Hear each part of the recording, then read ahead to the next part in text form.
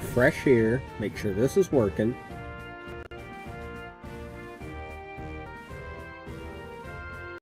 Live, bitrate looks stable. We're live, bitrate looks stable. Okay.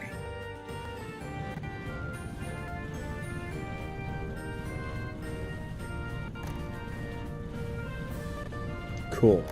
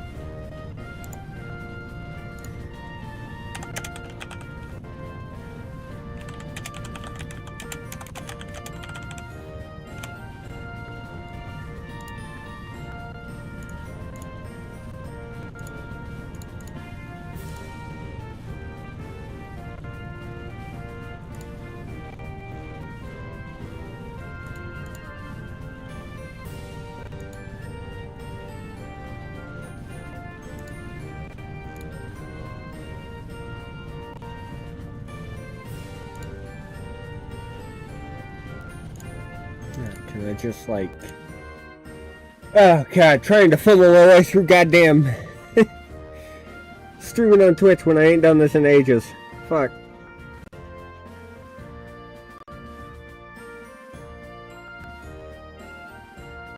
I know how I'll do it. Twitch. Copy. No. Copy link. There we go.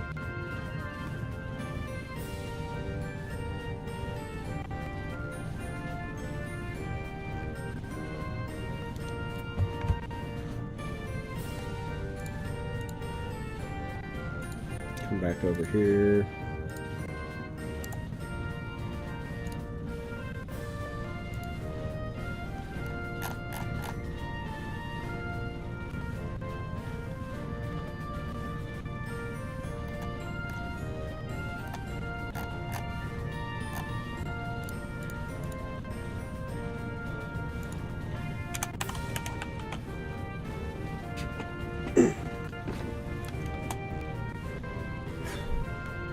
I'll just hide.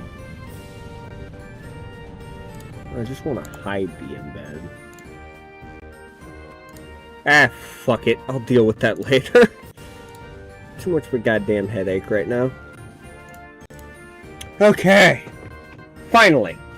Now, we have two options here. We can do just standard, or we can do 3-year mode and eventually carry them forward, if I'm not mistaken, if we can't win Koshin within 3 years. I am probably going to do that. I kind of want the challenge. I think it'll be fun. I'll make sure I've got that right here. That's not the right fucking thing. God damn it.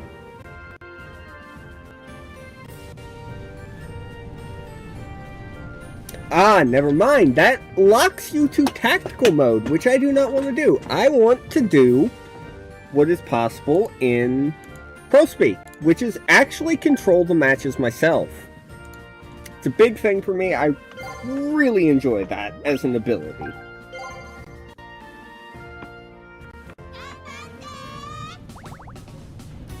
And I have something that I get to show today.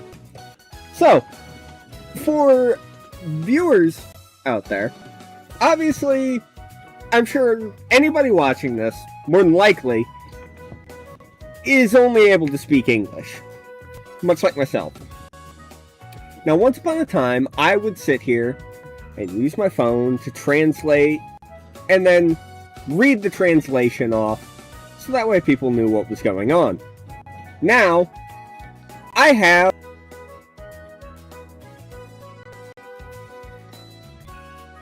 I need to fix a hotkey really quick, because apparently Alt mutes my goddamn mic.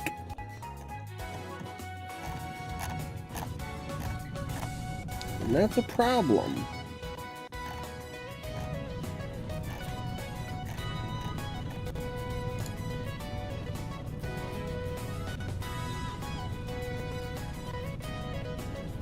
Set that all the way the hell over there. Better. Now we can actually show this. So, if I want, for example, we have a text box right here. I can't tell you what she's saying, but I can do this. And we can have live on-screen translations. They won't stay up forever, so I will still read them out. But now we do have the benefit of actual translations via an on-screen reader and an overlay. Hopefully this will help for people who want to follow along. I'm not going to use it for everything. I'm only going to use it for dialogue boxes like this. Everything else, it's usually too detailed and there's too many regions that I would have to mark. I'm not going to go through that headache.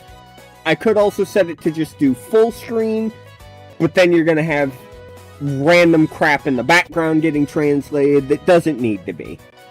So, this is the compromise.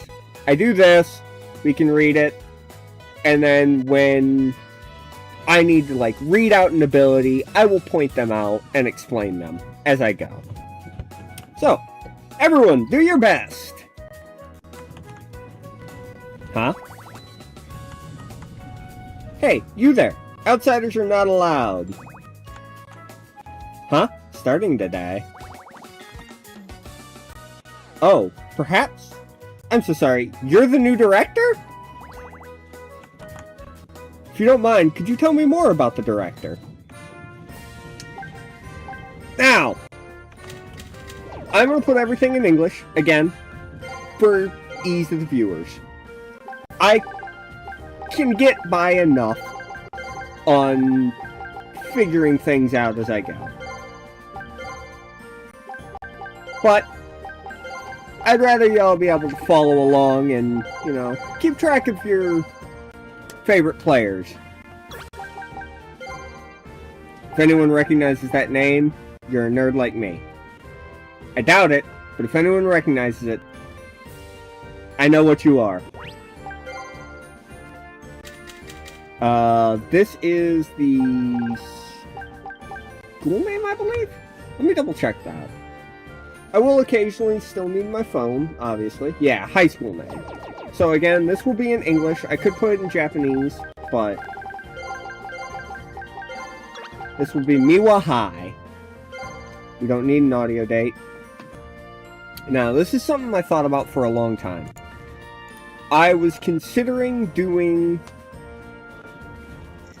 an early start date.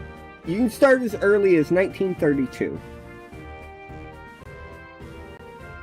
I think I'm just going to start in present day. I think that's the most interesting to me. I could do retro, or I could start 2010 and start with Otani, or start in the 80s and have Ichiro on my team, but let's just start in present day and go from there. And I've also decided on my region. We will be playing in Kansai, or Kinki, in Osaka Prefecture. It should be pretty damn hard. I'm not going to have easy games, but that's going to be part of the fun of it. Now, here's some nice stuff. This is all new, or one of these options here is all new. So, we're going to leave support events on, we're going to leave ambient sound on, the 3D models will be animated, and main screen progress will just be standard. This third option, however, and this is important for anyone who is picking up the game at a later date, this is where you set whether you want to play tactical matches and do the old Akon 9 style of you pick cards and you go through games and go about your business, you can also pick teamwork, where you control the team in I believe all the same situations as you would in Pro Speed or in tactical mode. Or an interesting option, which is role-playing. Now, for those who have played Akon 9 before, you know that you will get a choice of 3 random players on your team. Hey, welcome in, Danny. So, if you've ever played Akon, in tactical mode, you get to pick 3 possible choices of player. It's random every game. And you will get to issue tactics for every single one of this player's at-bats, if it's a hitter. Role-playing mode takes that random pick. You get 3 guys still. Whoever you pick, you don't just choose their tactics for their ABs and occasionally jump in to do tactics for everyone else. This plays like a player lock in, say, MLB The Show. You play all their ABs, you play their defense, you play their base running. You get full control of that player for the entire game. Really fun option. I might do it if we have a really good player that we keep seeing pop up in our grouping. But for now, we're going to go with team play. I want to play as my team. I want to get to use them the same way I would anything else. Now, so that way I have these settings right here. Ordinary, can be, yep. Yep. And then, action play. No automatic subs. And ordinary operation opportunities and fast-paced will be kicking in at a 5-point difference. I'm not going to set any of the background music right now. Again, that actually not, I shouldn't say again.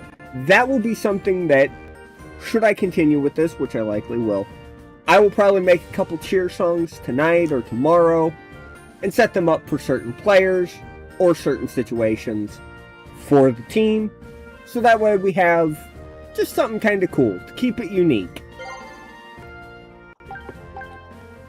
Now, I'm going to go back and do the director design. First off, though, uniforms. Now, I do not remember my exact uniforms from the original Miwa High. And I don't believe I have those VODs saved anymore. But I think what we're going to do is we're going to go baby blue,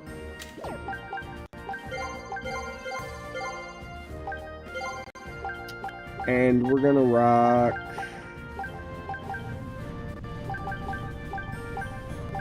go with this one. Black trim. We're gonna go baby blue and gold. Bit of an odd color combo, but it's one that I think will look pretty nice once we get on the field. Whoops. That was a misclick.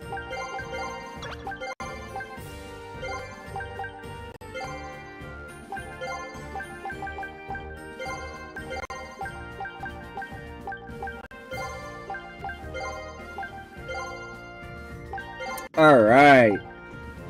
Now, again, anyone who here has played Power Pros knows previously you only had a handful of options here that you could pick from. They have opened up the jersey creator a whole lot by adding a second line set.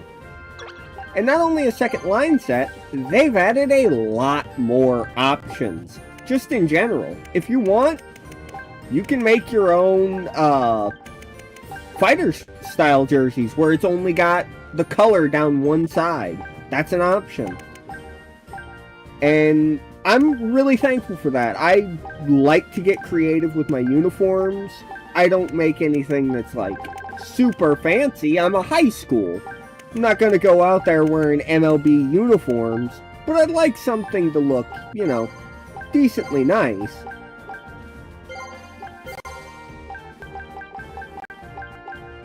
And I was kind of messing around with this earlier. I need to flip those. There we go. I think that's what we're going to go for our jersey. I honestly like how that looks. Again, it's different. It stands out without being, I don't know, obnoxiously bright. Black sleeves, black belt, and we'll go baby blue cleats. For the word mark, I may change this. I may go through and eventually find the kanji for Miwa and use that on the hat and shirt. But for right now, we're just going to go with simple text. Whoops. Didn't mean to do that. There we go. Catcher gear.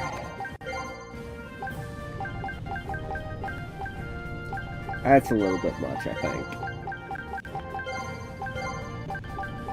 How does it look on that? Actually, it doesn't look too bad when trimming the catcher gear. But there is, for at least year one, our uniforms. These are subject to change. Who knows? I may get up tomorrow and think these uniforms look like crap, and we start next stream redesigning them. Who knows? We'll be using the baby blue cheerleader.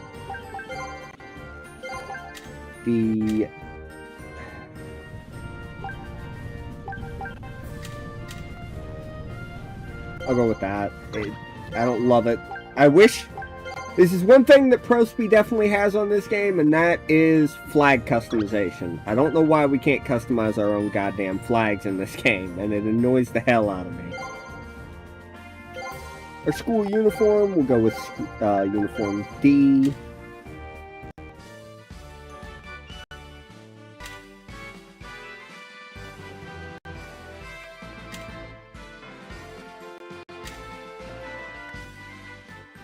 I think we'll go with song set 5.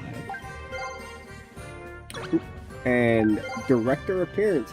This is our last little step here. We are going to customize our director's appearance. It starts off by doing your default player character that you create when you open the game. But I already kind of have a design in mind, because again, this is technically based off of a character.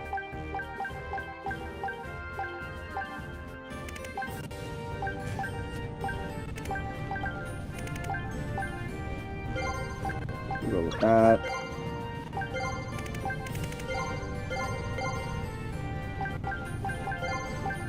Whoops. Sure, that sound is just absolutely lovely.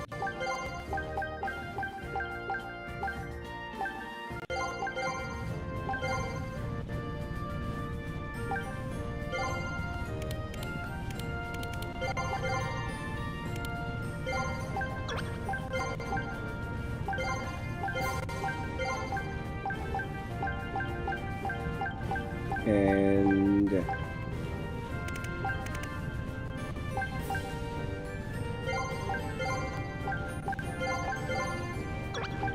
he's not heterochromatic.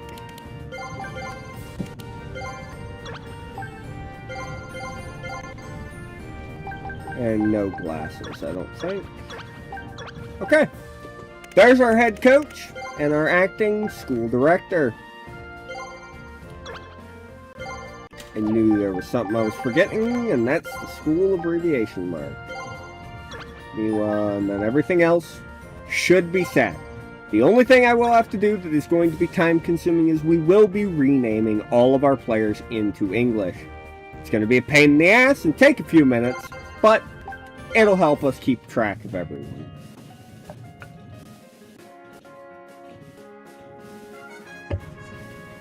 Here we are.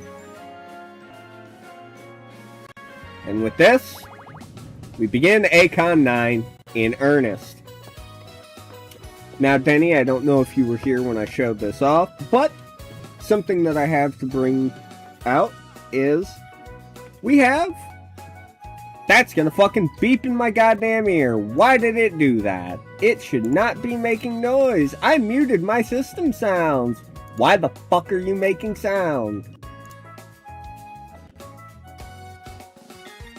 Mute system sounds. Thank you. Let's try that again. We have an on-screen reader for translations. So, I can actually read out exactly what is said to y'all without having to constantly hug my phone. So,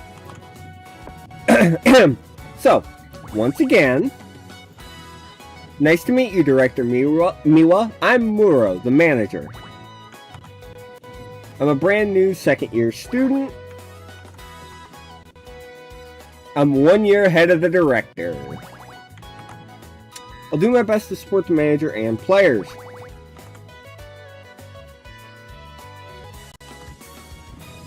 Our current goal as a baseball team is to win the prefectural tournament, which starts in July. It's a battle to get to the summer Koshin tournament. First, we need to win our first match. Let's do our best to aim for the Koshin tournament. Oh, by the way, has Director Miwa directed before? Now, I have, but I also do intend for this to be able to be used as somewhat of a tutorial series for anyone who happens to stumble upon it. I'm going to say that no, I have not directed before. I can explain a lot of things about this game, but even today, I learned something that I never knew about tactical mode. And I've been playing Econ 9 for 4 years now, and I never fucking knew it. So, I'm going to go ahead and do this, solely because some people who may stumble onto this might find some use. So, I have not directed before. Understood. If you have any questions, please feel free to ask. So then, I will explain the schedule going forward. The icons lined up at the bottom of the screen are your progress icons. There are various types of progress icons. First, the practice progress icon. When you select the practice progress icon, all players will perform that specific practice. This is something that's important. Pitcher training is not very effective for fielders and vice versa. Fielding training doesn't really help a pitcher out that much. Which, I mean, makes sense. There are also special cases like career counseling and cases that have immediate effects. Such as, like, schedule review. This will allow you to change up your practice schedule or reshuffle your hand of progress cards, excuse me. There are plenty of options. Use them wisely to progress through the schedule. Did you fully understand the progress icon issue? Yes, we did. Understood. I'll end the explanation now. Good luck. Oh, that's right. I'll keep the explanation in the manager's notes. She then calls us forgetful. Just kidding. And then you can check it in system manager's notes. You won't need that though. And then she just says, let's begin the school year. Today is the entrance ceremony. I wonder what kind of students will be joining us. No fucking way.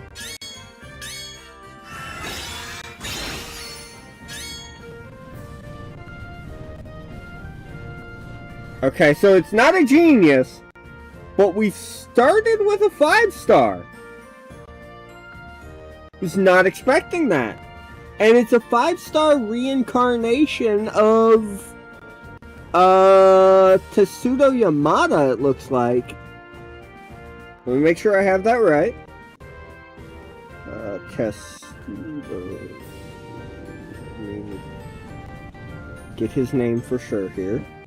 Tetsudo Yamada. Let's see. Is that correct? July 16th. Yeah, that would be Tetsudo Yamada. Currently plays for the Yakult Swallows. And all the kanji lines up. So I'd say we had a pretty nice hit. Looking at this initial set, though, we really didn't get much quality outside of Yamada. A really bad pitcher with a bad personality twice over. A catcher with, I want to say, stubborn personality. That's defense and catching. He has a noodle for an arm. He might be someone we look to transition to first base, potentially. I'll explain more about, like, player ratings and stuff as we get into this, because it is a lot. Same thing with personalities. We have another stubborn player. This is an outfielder who... there's nothing redeeming there. He's a bad hitter. Makes a lot of errors. Not got a good arm. Not a good fielder. Another stubborn outfielder who is slow. Just not much to look at. Then we obviously had, as I mentioned, Yamada the Reincarnate. Great hitter out of the gate. Comes in with... Now this is going to be a bit of an adventure as I try and find these abilities on my ability list here. So, I'm not looking for golds. Here we are. Okay. Gonna take a second here to make sure that I find these so that way we can go through them here. I will talk about his letter grade abilities, however. I don't remember these exactly, so I'm gonna lean on my guide here. Who's pinging my goddamn Discord? Shut up. Okay.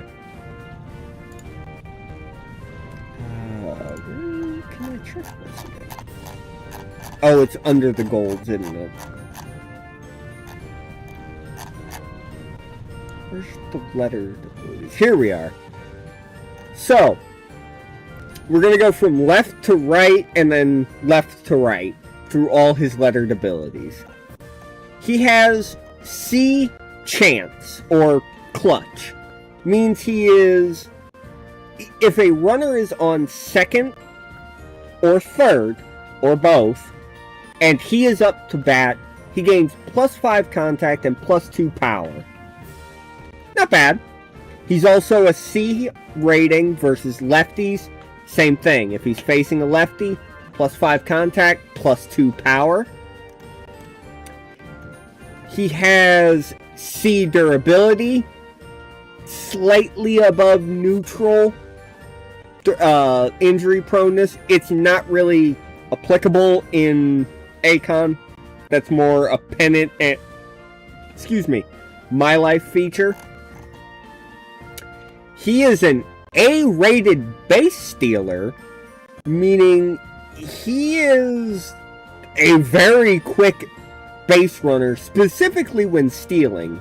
That's going to have some value to us. He is a C-rated base runner. He is just kind of a above average base runner. D is average for context, so slightly above average, not great. He is neutral throwing accuracy, and has C fatigue recovery, which again is primarily a pennant and my life thing, but does have value here in Acon, as it will determine how fast a player gets fatigued. Trust me, if they brought back over a new MLB Power Pros, I might actually cry live on stream. I love that game. Now, let's take a look here at his unique abilities. He has Pull Hitter, so his power when hitting to the pull side is increased. Okay, I can work with that. He has Fortifying Hit. After a batter has recorded 2 hits in a single game, he gains plus 10 contact and 5 power. That's going to be a good one to hang on to.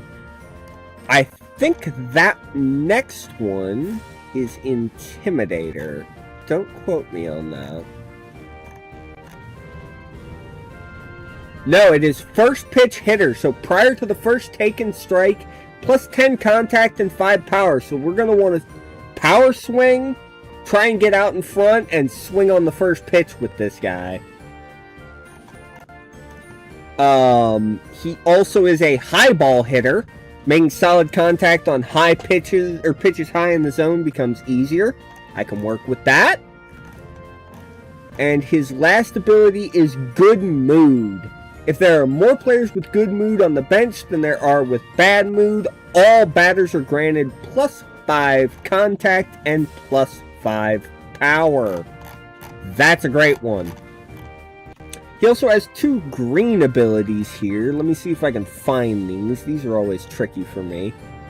Stable Condition. So his abilities are not heavily affected by his mood. Okay, that's really good. And he has one more that I do not... here it is. Good Eye. Player is good at distinguishing balls and strikes when controlled by the CPU. Again, solid. Not going to be something that really comes into play for us. But also I want to say thank you for the follow there on Twitch, Mr. Plasma. Thank you for stopping by. And then our last player from our actual recruiting class here is a pretty bad first baseman. Maybe he could be a DH. Because, I mean, DH is a thing in high school ball now in Japan. He does have an ability, which is what exactly? Because I don't recognize that one. A couple of these I can kind of figure out. Okay, making doubly sure.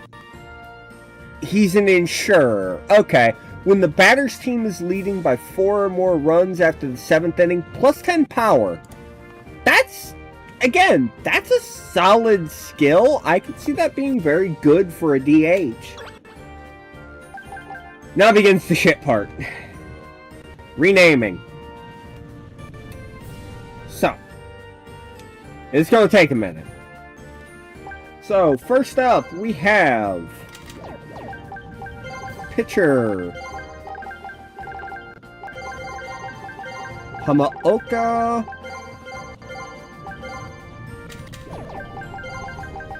Ren.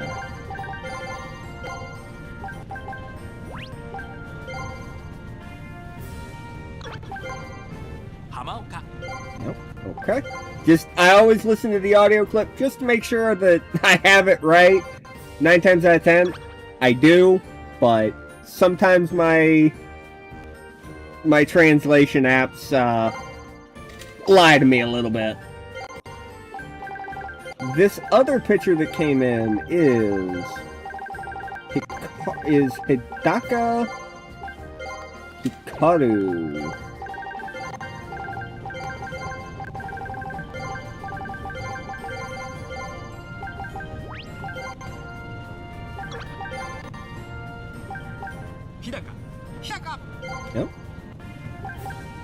our catcher from this first year class of walk-ons. I need to make sure this is correct. You know what? Credit to you, Google Lens. You didn't fuck it up. We have Ujie Aki.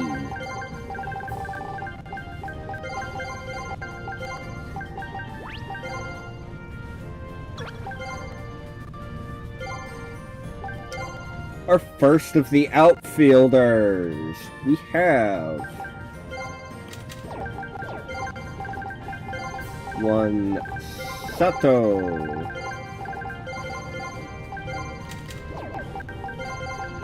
Ayumu.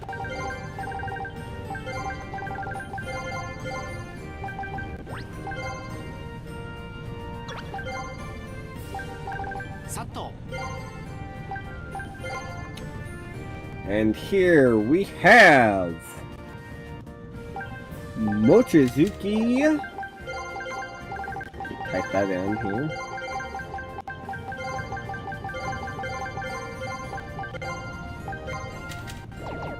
Masaya.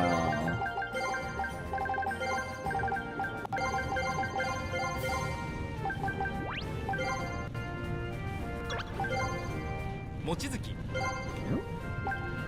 So far, Google Lens has been right. This is, Yamada.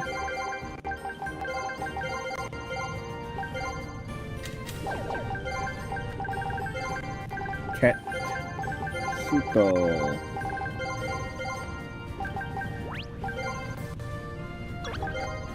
Yamada. And it is the Swallows player. And lastly, from this set of walk-ons, we have... Okay, Takeuchi... Uchi...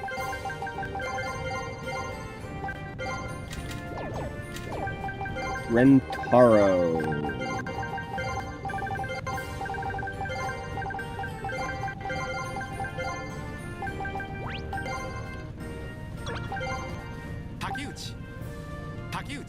Takeuchi. Okay. We don't really care about him. He's a manager, so I'm not really too worried about the managers. I'm not going to rename them all the time. I would go insane. I will, however, take the time to go rename all of our other players here in 1 second. First off, let's make sure we clicked onto the right thing. A prospective first-year student has arrived. A new member has joined the club. This is talking about Yamada. Seems to have a lot of potential. He might even become a professional baseball player in the future. Has been added to the Pro Baseball Player directory. When a special player appears, words such as OB or Pro will be displayed on the ability display screen to denote that that is a real player, either reincarnated or currently active. We have a first-year student here who wants to be a manager. Let me introduce you to them right away. And it is Fukai. Nice to meet you, Director. My name is Fukai. I'll be working as an apprentice starting today. I'm sure I'll cause some trouble, but I'll do my best, so please be kind to me. And he joins the team as our, basically, backup director. Now possible to fast forward through text and dialogue and schedule progression. I'm not going to be doing that right now. That's something for once we get a little more established. For now, though, we got players to rename. We got, how many here? 4, 8, 13. We got 14 players to rename. It's gonna take a minute. I'm not gonna look at any ratings until we've got everyone named.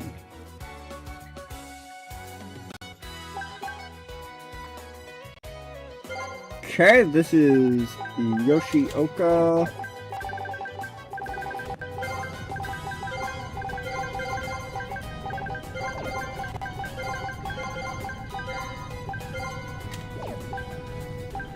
Kai. Good name, actually. Kai Yoshioka. That's a solid one. Yoshioka. Okay, next up we have Tarada. The Yakuza flashbacks are intensifying.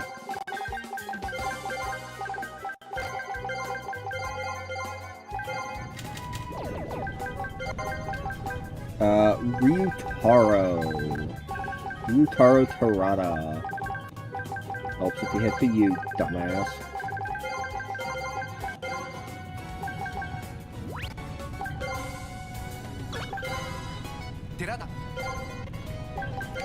Next up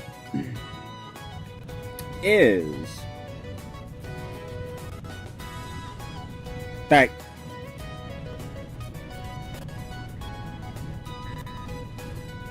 seems a little bit more correct.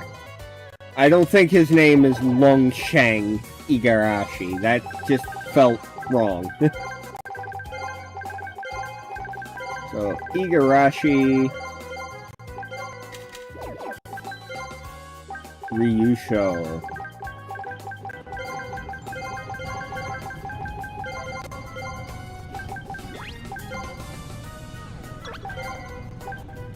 Igarashi.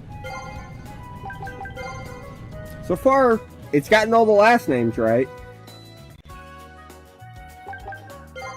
Next up, Mukayama.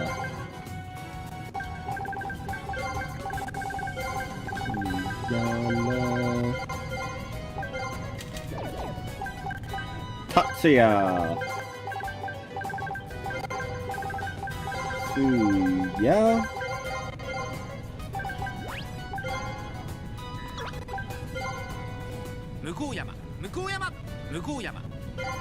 Mukoyama. Okay. Pronunciation feels slightly off to what I have written down, but fuck it, we ball. Next up, we have Yamamoto.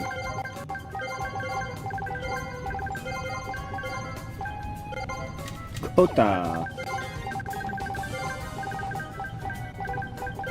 And I do know this is definitely not the most enthralling gameplay right now, but we'll get there.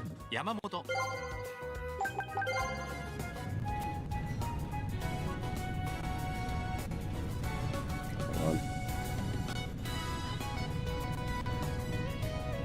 Well, that's not helping me here.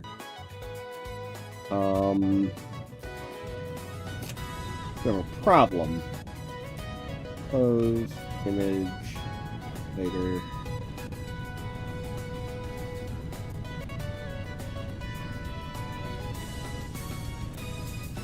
Okay,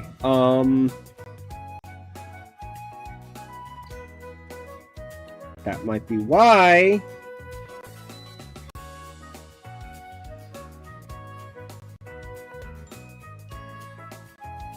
There we go. Haha. Yamada. Whoops.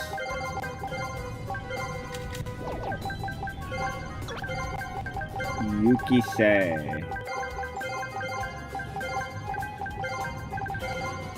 Probably not an actual first name, but that's the closest I could get.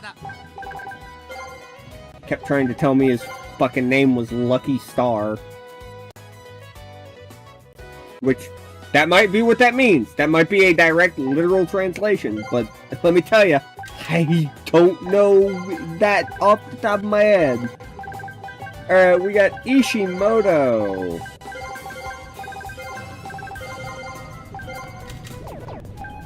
Tomohisa.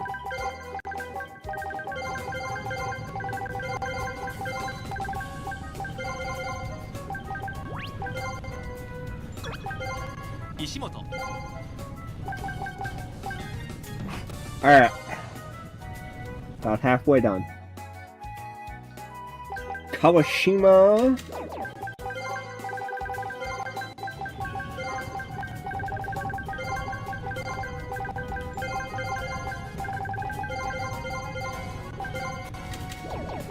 Ryosuke.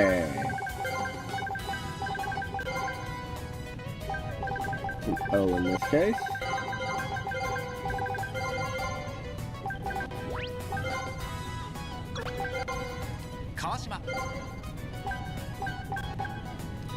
Alright, 6 more to go. And then it's a lot more yapping and slowly progressing. We got Oda.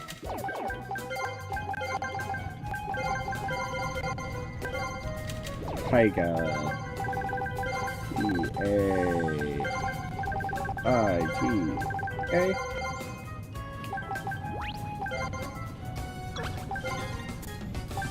Oda. Next up, catcher.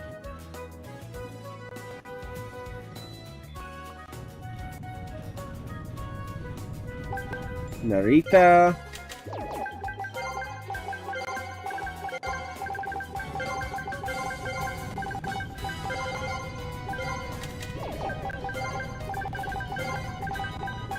Taiga.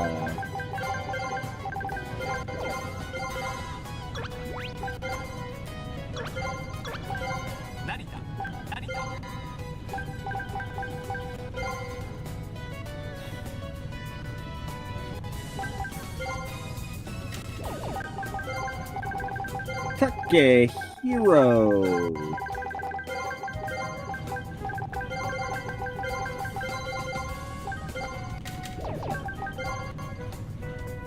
Shit. I typed this one in backwards. At least I caught it. Should be Shimizu Takehiro. Fuck! Now I'm annoyed, so I'm rushing to make up for the mistake.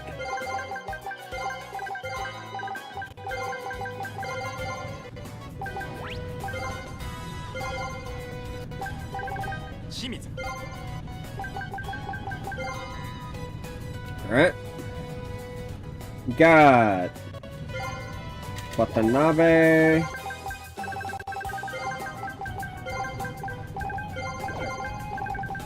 Nabe.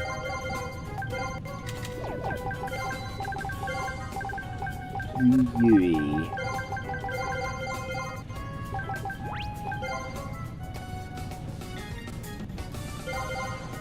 Watanabe.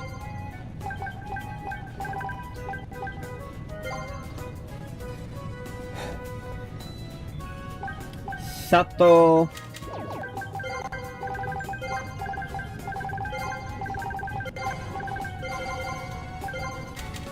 Rinto.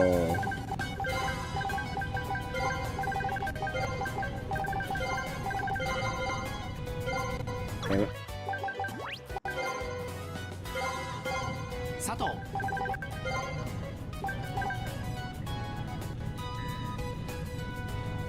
And last one, I'm just making sure there's no doubling up of names, so I don't have to edit anything. It looks like all of them are already altered in terms of their display.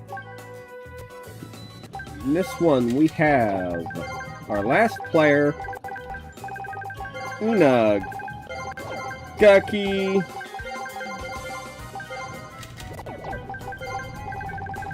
Junpei.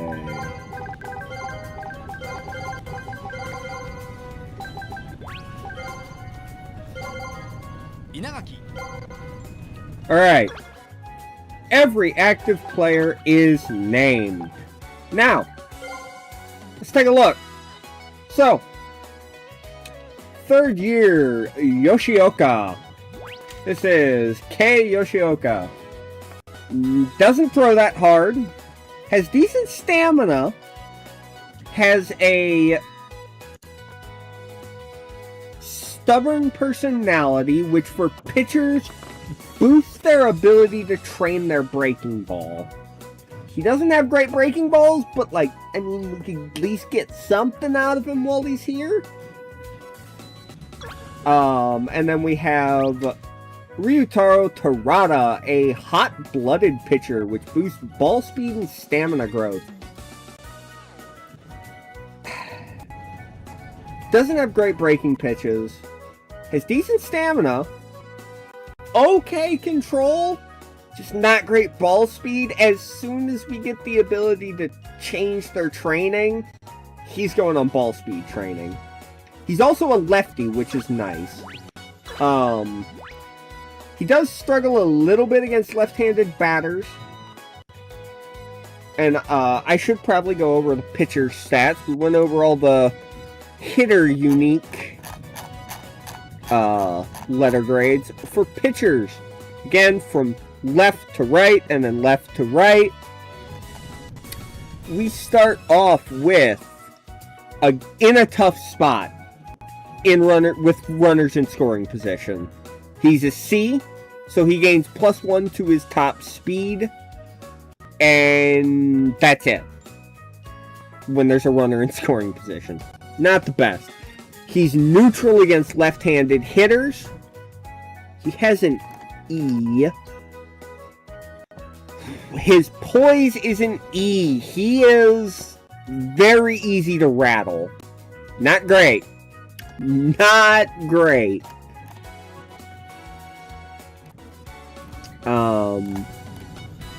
Then that's his recovery, I believe.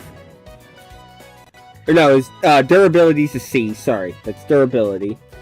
So he's slightly better than average in terms of durability. He's got terrible fastball spin rate. Second slowest.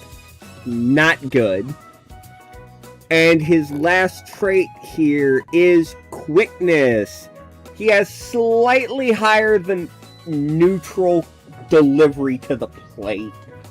And then C, recovery. This is probably our starting pitcher, if I'm being 100% honest. I like him a little more than I do Yoshioka. They're both really not good, but they're third years. They're not going to be here long. Next up, Ryusho Igarashi, a cool pitcher, which boosts control. He could do with that. He could also do some work on his breaking pitches. He's also an F rating. He has terrible poise, terrible durability, terrible recovery. This guy's not good. I want to avoid going to this guy as much as I can. Yikes. We do have... Oh, something else to note, actually, that I should say, is Yoshioka's also honestly kind of competent first baseman. And Terada is a pretty mediocre first baseman. But Yoshioka could maybe be like a late game sub at first, or a pinch hitter, weirdly enough. Like, he's not awful at it. Igarashi's not a good hitter, and doesn't play any positions. Next up, Tatsuya Mukiyama, hot-blooded, so plus to ball speed and stamina training. I mean, he's a lefty, but he's not got great breaking pitches yet. His stamina's pretty bad. His velo's pretty bad. His control ain't great. He's an actually okay outfielder. He's not a good hitter or base runner, but he's an okay outfielder. He has some decent letter grades as a pitcher. He's pretty neutral. I mean, he could be worse, but he's also not good. And then Ren Hamaoka, who is easily excitable / cheerful. One of the worst traits for pitchers. It gives 0 boost. So, he has god-awful control. Barely any break on his pitches. He's got great power, but he can't play defense. And he's just not a good pitcher. We're going to try to avoid putting Hamaoka in any games if we can help it. Hidaka does come with the strikeout ability, so he gets a boost in 2-strike counts. But god-awful control, pretty bad stamina, not great letter grades. Also easily excitable, meaning no boost. Not a good hitter. I mean, he's better than Hamaoka, but that ain't saying much. We got Ishimoto, who is a stubborn, I forgot I can actually check that, on the side. Stubborn righty-throwing, left-handed hitting catcher.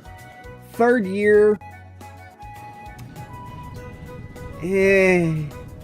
I will mention you do see an extra letter grade there. The 3rd one on the top row is catcher ability. A D is neutral.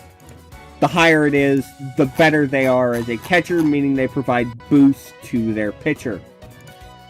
But he's a D. It's literally neutral. It provides him 0 value. But as a stubborn player, he gets bonuses to defense and catching. I mean, he's a 3rd year. We're going to have him for like 5 games tops, most likely. I mean, it's nice, but there's nothing special here. We have an easily excitable 2nd year, also a left-handed hitting catcher. He cannot hit lefties, but he's an okay base stealer. Makes a lot of errors. Could be worse. And I feel like now's actually a good time to explain the hitter ratings, now that we're going into hitters. So from top to bottom, you have batted ball trajectory, contact, power, run speed, throw strength, fielding ability, and error proneness. In this case, for what he is, he's an okay bat with some pretty decent speed for this early in the school's history. Japanese high school baseball is what I'm playing, my friend. But he's a decent fielder. He can run the bases well. It's just he's gonna make a lot of fucking mistakes. Aki Uji. Stubborn. He's decent. He's actually really good as a first-year catcher for defense, but he cannot throw the ball, and he is gonna make a fuckload of mistakes. If we can get that trained out of him, he might not be too bad, but I don't know. Yamamoto, our 3rd-year first baseman. Literally hundreds of hours of playing this game and holding my phone in my hand with translation apps and scanning everything. So this is a normal player. He gets no boosts. Right-handed first baseman. Good power, good shoulder strength, but no batted ball trajectory. Not a great fielder. Not good with runners in scoring position. In fact, he's a negative. Negative throwing ability. Just kind of there. We have hot-blooded here for Ryui Watanabe. So he's going to get a boost for power. I mean, you aren't wrong. You aren't wrong. So... this one is actually... I know he's a 2nd year, so we aren't going to have him for too long, but if we can get that trajectory up to 3 and just dump into power, he might be an okay hitter. Not good at stealing bases. He's a pull hitter. Slightly above average with runners in scoring position. Not good against lefties, and then either just barely above average as base runner and then neutral everywhere else. He could be a decent little slugger for a year or two.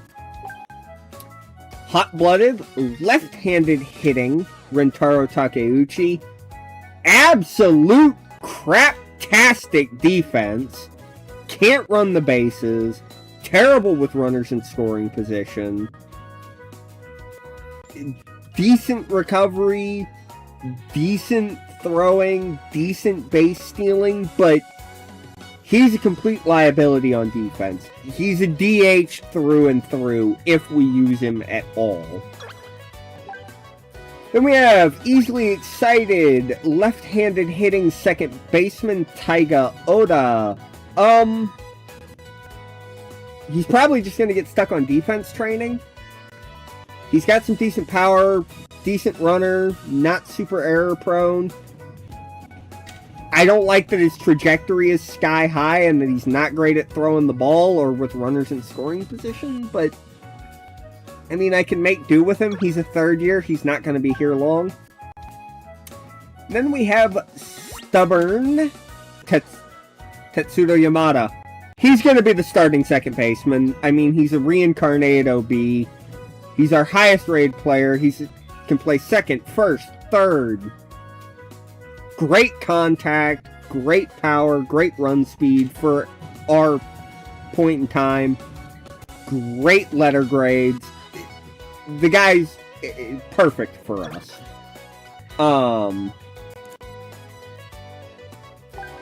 Yeah, that is a good point. I'm thinking about going for some power on him.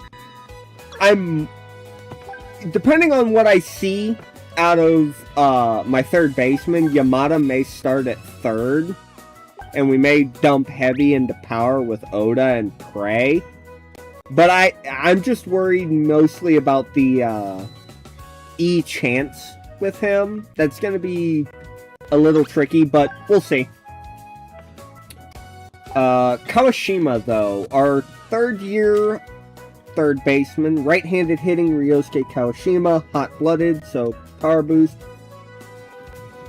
Maybe he's the starting DH?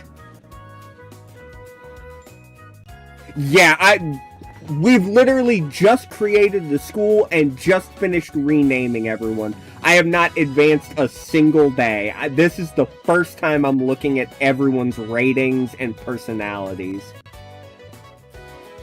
So, Kawashima might be the starting DH, I think. Either Kawashima or Yamamoto is the DH.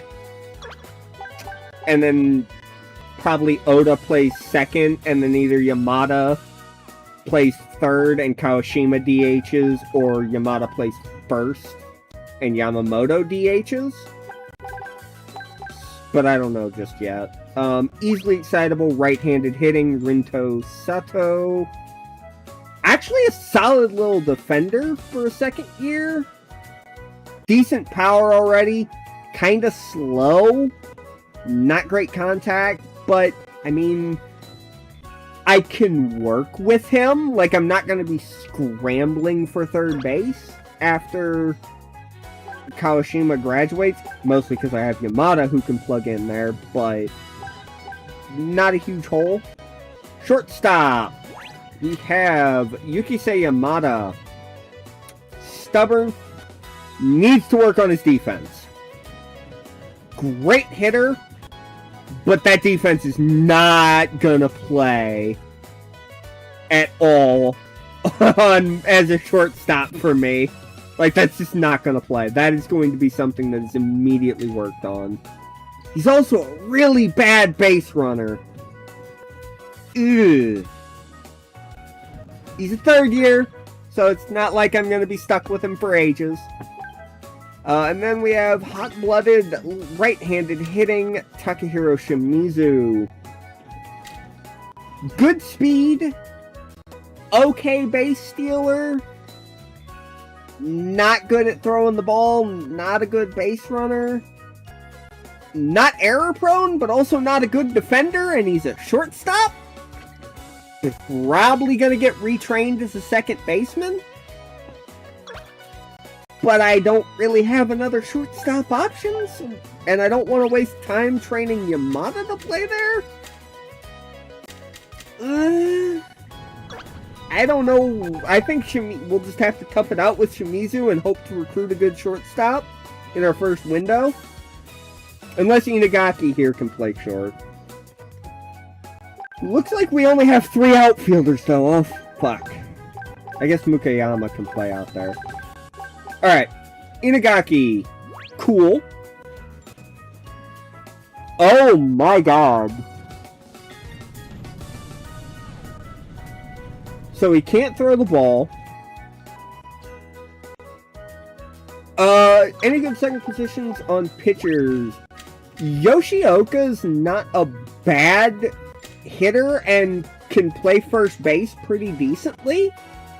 Terada is also a first baseman, but not as polished. He's definitely not as good of a hitter, in my opinion. And then Mukayama can play the outfield and is honestly pretty okay at it. He might start games in the outfield for me, just because I don't want to put a guy who has 18 speed in my outfield. That's not good. That's not gonna play for me. Man, he is bad. Wow. He is... Oh no, cool as contact. Yeah, he's really rough. We do have Ayumu Sato. Oh, God.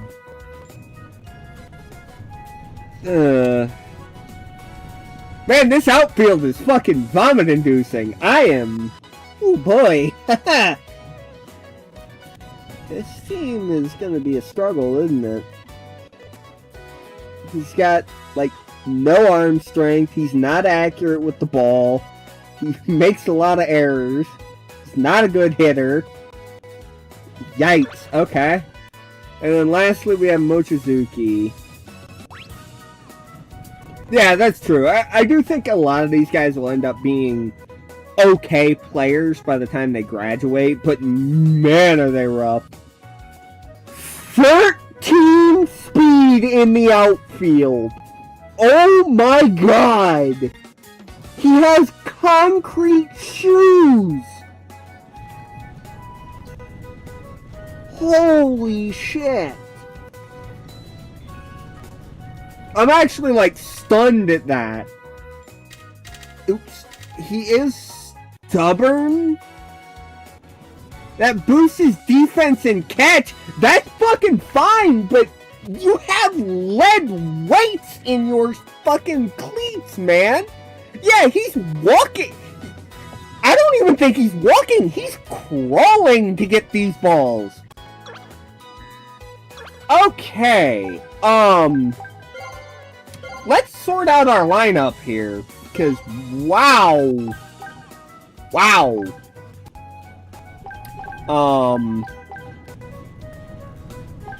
They're wanting to play Yamada at second.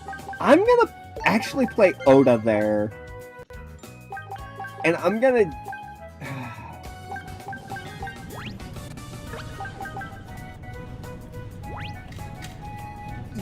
Yamamoto has decent power, but he's a third year with normal personality.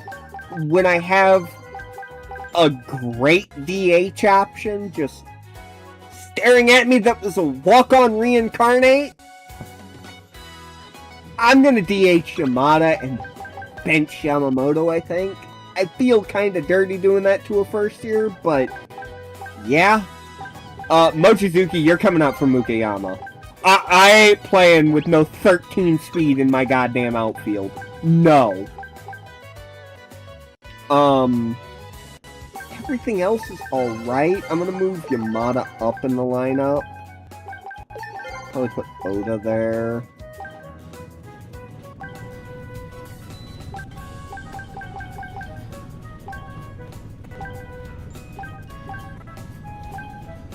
This is gonna be a rough first couple games. I don't feel like setting all of these right now. I don't have any items yet. Alright.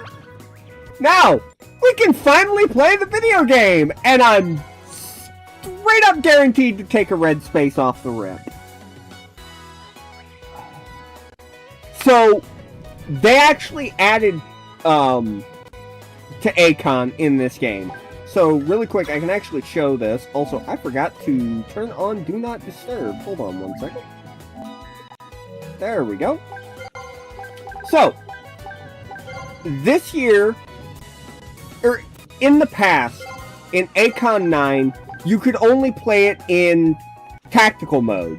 Which is like in Pro Speed, where you would pick cards and your team would try to the best of their ability to do those things. They've added 2 new options in this instance of Akon. I'm hoping these carry over to Pro Speed. If they do, I'm going to have a field day. You now have the second option here, which is team play. You will get to just control your entire team, which I imagine is going to be like the team play option from Pro Speed. You come in, you do some moments, etc., etc. Role playing. So, if you have ever played MLB The Show and played Road to the Show, role playing is that. In Akon 9, you will get, if you're playing tactical, or before this game, you would get a random pick of 3 players. Whichever player you selected, you were guaranteed to control all of their tactics for their at-bats. Every single at-bat they took that game. Role-playing is you get a pick of 3 players, get to pick one of those players, and then you control all ABs, all base running, and all defensive opportunities for that single player for the entire game. Super cool feature. I might dabble around with it if we have some standout guys or guys that are popping up a lot in that pick. Exactly. I'm probably just going to do team play myself, but like, if we pick a captain and he keeps showing up, we see he's struggling this year, maybe we play as him and guarantee 2-3 ABs that we have a good shot to help the guy out. I love that this is an option. I really, really hope this is in the new Pro Speed. Would make the game so damn fun.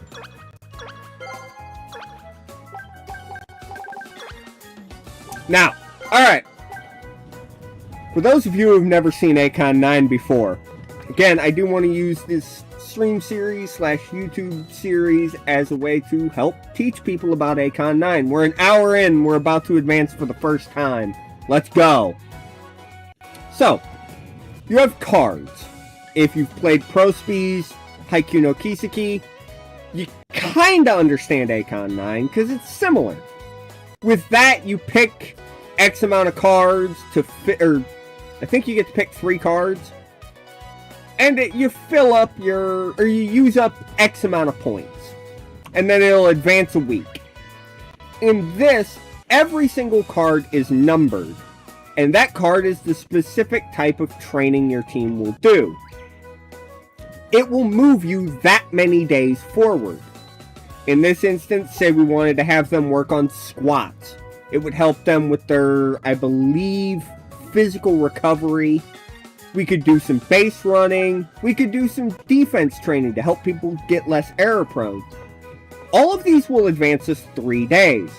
Or we could do some hitting training. That'll advance us only 1 day. Now at the top, you'll notice I've gotten shafted with about 1 million red spaces. You want to avoid... Get the fuck out of my comments, you stupid bot. Hold on a second. Get the fuck out. So, red spaces. You land on those, guess what? You're getting a negative event. Awesome. Green spaces give your players a little bit of recovery. Yellow is a direct boost on that training day. And you can also see a gold star up here. If you land on the gold star, you get to pick from 3 separate paths and basically change which path you're on. Still advancing day by day, but you are potentially getting out of a bad situation. I think here, we're going to go ahead and do the defense training. So, and this is something I don't know if you were in here when I first showed this hunter. I have set up Meow OCR, so I can Alt 4, and the progress report after using progress icon will be a combination, and we can see exactly what's happening, making it a little bit easier and less me holding my phone to read everything to you guys. So, the report will combine experience gained from the practice items you set individually and experience gained from the practice icon that you picked. What has happened with Tarada here? He skipped practice! Perhaps he was possessed by a demon. His experience decreased slightly. Yikes! That's not what we want to see! Alright, what's she got to say for us here? Thanks for your hard work, Director Miwa. Today, this is her explaining the progress numbers. I just explained this to everyone. So, alright, we have a chance to land on a gold space here. I think we're going to go do some base running training. Take a little drink here. Practice mainly focused on dashing. This allowed for more effective practice. At the time, you'll begin to receive a bonus to the experience of the experience points of the practice progress icon you selected at that time. Come on. Let's aim aggressively. And what more you got for me? However, an event will occur if the selected progress icon is anything other than practice. So, if you land on a gold tile, you want to be practicing, because if you're not, you get a random event. It's the same as if you landed on a white tile. And we also have blue tiles available to see on screen now.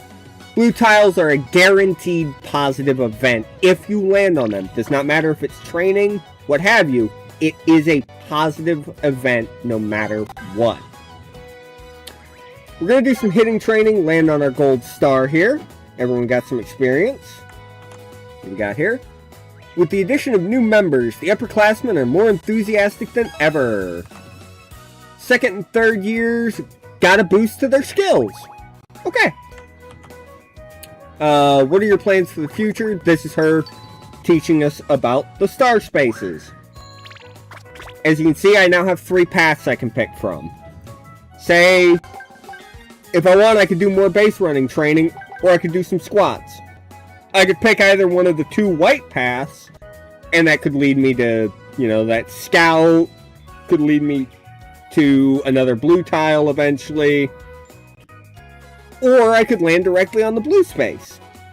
In this instance, I'm going to have my pitchers work on their form a little bit, and get a little bit of early recovery in for the guys. We're going to land on the green tile, get some energy back. So, focused on checking pitching speed and form. I did not mean to hit that. I think I hit the left trigger. Players were given a short rest. Fatigue is improved. This explains about green tiles. Now, let's go ahead and do some squats. So this will improve stamina for our pitchers. And something has happened with Yoshioka. Preparing the grounds to butter up the manager. So we got a slight boost to our ground condition. That's good. +2 to ground condition means slightly better training for everyone. I will take it. And Yoshioka's training efficiency has improved slightly. That's actually really good. That was a really good event. This is her talking about personality. I've kind of already explained those. Personality, each one gives a different bonus to your player. Some pitchers benefit from certain personalities more than some hitters do. Some hitters really kind of end up looking for one or two personalities. Then there's a personality that's just straight up bad for pitchers and just pitchers. And then there's normal, which sucks for everyone because you don't get any boost to any practice. So, kind of sucks. Let me get clicked back over onto that. We're gonna go ahead and do some throwing practice here. Everyone's full of energy. They tackle any practice with great enthusiasm. Now, if you were to check your training page, you will see these 5 blocks. These 5 blocks represent everyone's stamina.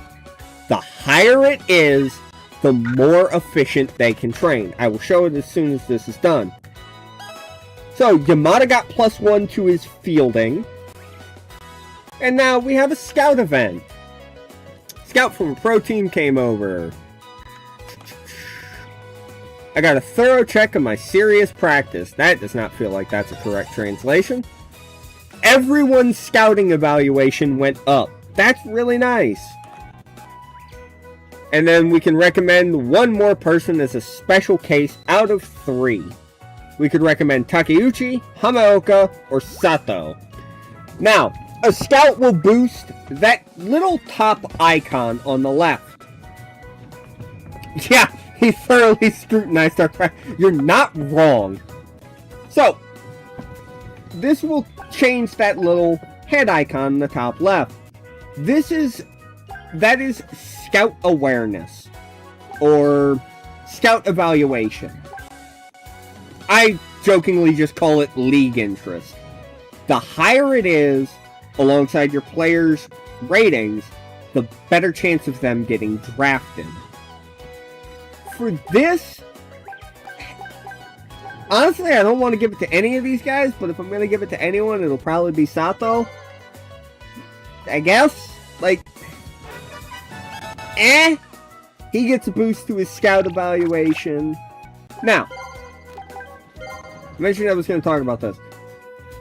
You'll notice again, there are those 5 blocks under every person's name. I've not gotten to actually update my training schedule yet. That comes at the end of this month. I will delve far deeper into training when that happens. But, those 5 blocks represent your player's stamina. The more frequently you're playing games, the more you're practicing, the more long practice sessions. If you're doing a lot of 5s and 4s over and over and over again, your players are gonna get worn down. When that happens and that bar starts ticking down or runs out, you are not getting as much value out of your practice. You are getting less XP toward your stats. They are not developing. Keep an eye on it. There is ways to recover stamina. You have water bottles, which we ain't got any items right now, so I can't even show that off. And there's rest days. There's certain practice cards that will also have that effect. Right now, literally doesn't matter because we can't do shit. Let's go ahead and do some more base running training. Oop, what happened? Don't like hearing that. Several people were getting tired. Yamada! Captain Yamada appeared before me with several people in tow. She gave me a shoulder rub massage and then left. I wonder what that was all about. Okay. The level of trust in several people increased. I'm not gonna question it. Okay. Whatever. Golden Week is almost here. The world seems to be buzzing with talk of the long holiday. Let's work on our breaking pitches for our pitcher here. Narita has turned 17. He's become 1 year older, and that has seen XP from his current practice has increased. And what's this last one here? His academic ability has improved slightly, and his mood has improved. Mood is something I will get to when we talk about our first ball game. I just totally missed what that was. Players have grown. Okay. We got here. Yeah, several players have improved. Some players got tired. Shimizu seems to have really developed an interest in reading. It's going to boost his academic ability and... Okay. You want to tell me what that second one was, Meow? His catching experience. That's actually really good. Shimizu. Yeah, that pushed him up to 50 catching. He's actually like... I don't like that he has E-throwing. That's not good. It's third lowest, if possible. He's not got a great arm either in terms of arm strength, and he's not actually like good at fielding. But the 50 error proneness is okay. I can at least work with that once I get the ability to, you know, actually pick my damn trainings. Let's do some more sprints here. We'll talk with a scout. Everyone's evaluation goes up. Igarashi, Yoshioka, and Mukayama. Out of all these guys, honestly, I'm going to give it to Mukayama. Because he's going to be playing in the outfield to start. Probably more than he's ever going to end up pitching, to be fair. So. But hey, we'll boost his training. This is her telling us, hey, why don't you control the practice? I'm not going to translate this one because I do know this. This is her teaching us about controlling our own practices. And she also explains some of the different practice trainings, but I will take care of that. So let's go for a rest day here, so we'll work on some defense. And we're now in the month of May. Finally, we get to pick our training.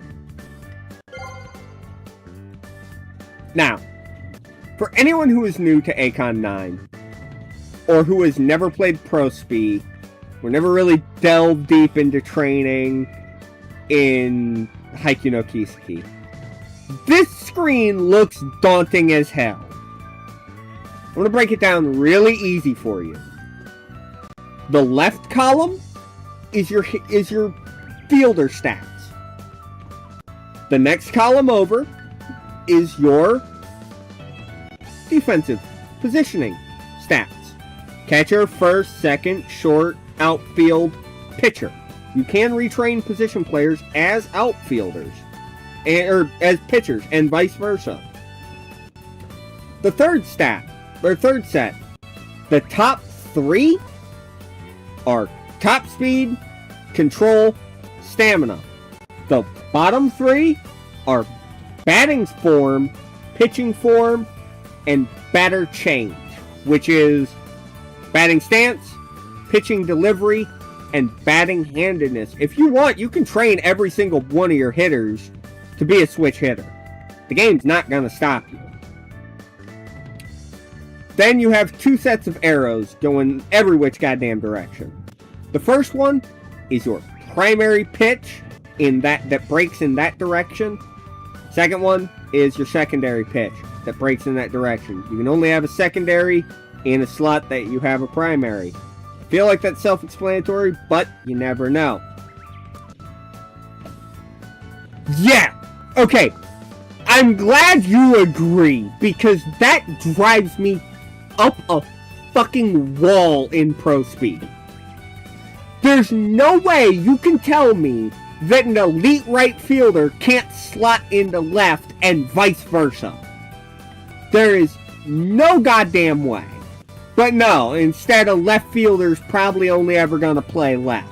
Because you're not going to take the time to train him to play right. Because it's just a waste of time. Now, for every single player.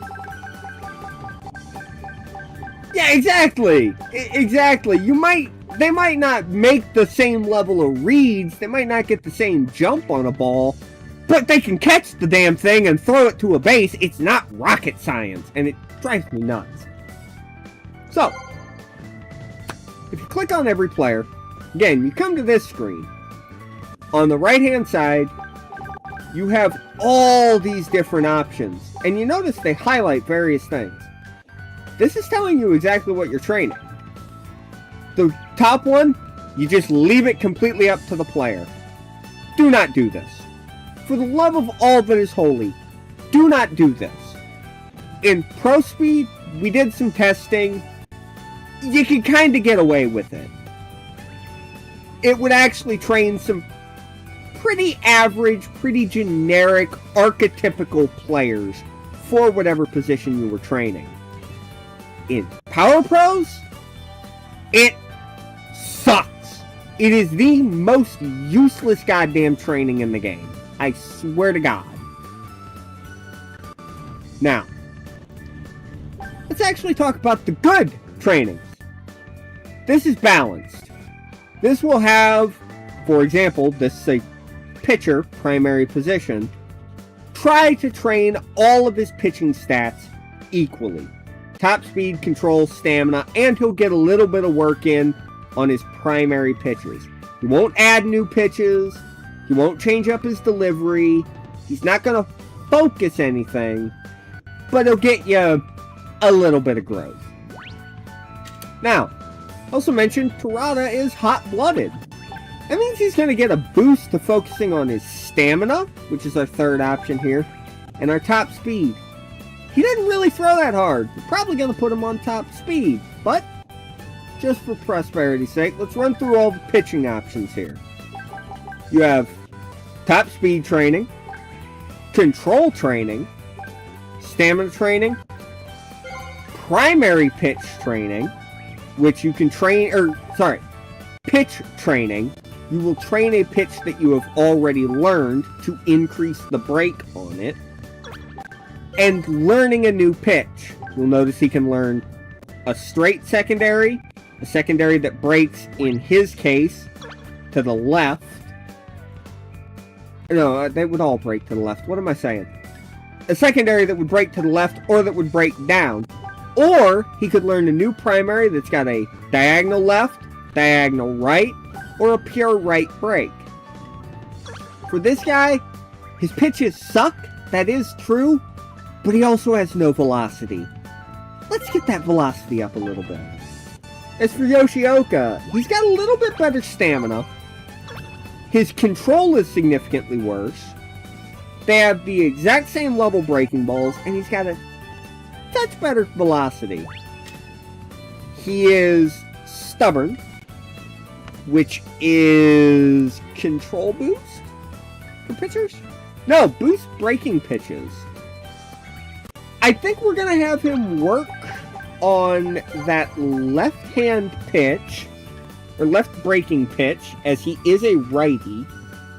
That is a sinking two-seamer. I think we're going to have him work on that. I'm going to try to avoid using him outside of, like, relief situations. And I'm going to hope I can just break ankles with breaking pitches. I doubt it's going to work, but Mukiyama, as talked about, I think he's probably going to end up transitioning into a full-time outfielder. So I'm going to come down here, all the way down here, to this, this option, I think. No, that's pitching stance. What the hell? Batting form, handedness. Oh, wait, that's right. You don't actually... Or no, that's it. Jesus. But, oh my god. We're going to come all the way down here, and we're going to train Mukiyama to be an outfielder, first and foremost. His pitching stats are rough. I mean, he's hot-blooded, so I could get his velocity and stamina up. But again, with how bad our outfield is, I think he's probably going to transition into being a full-time outfielder for us. So he's going to work on that. He's going to learn to be a primary outfielder. Igarashi.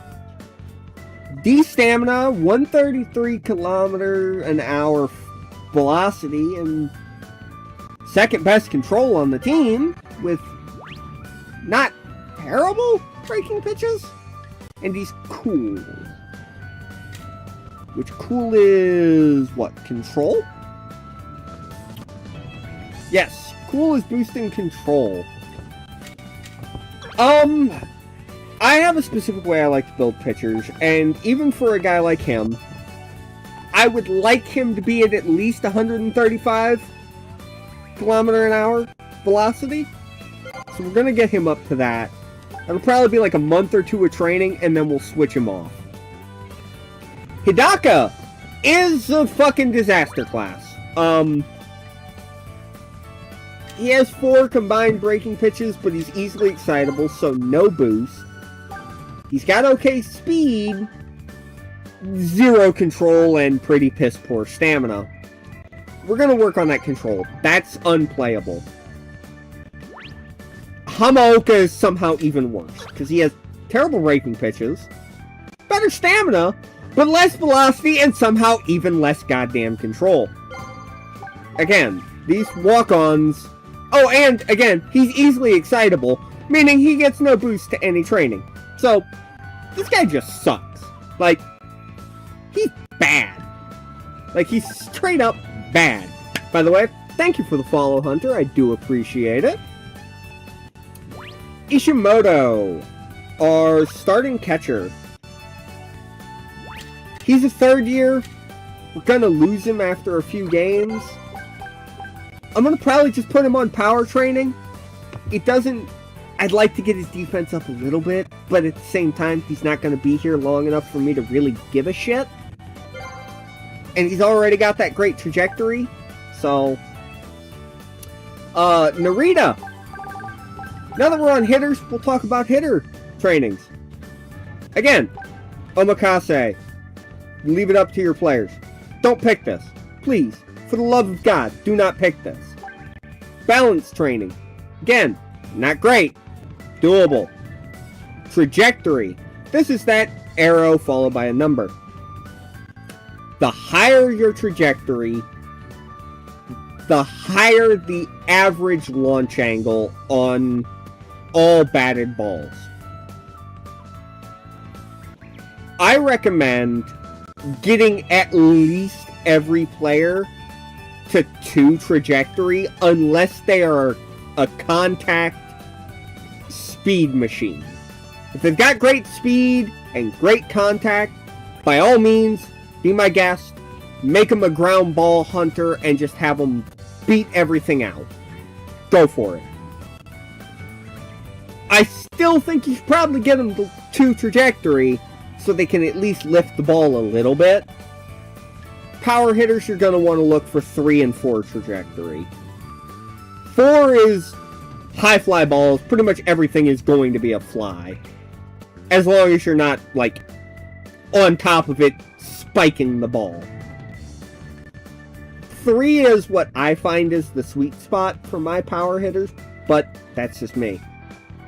Next up, contact training.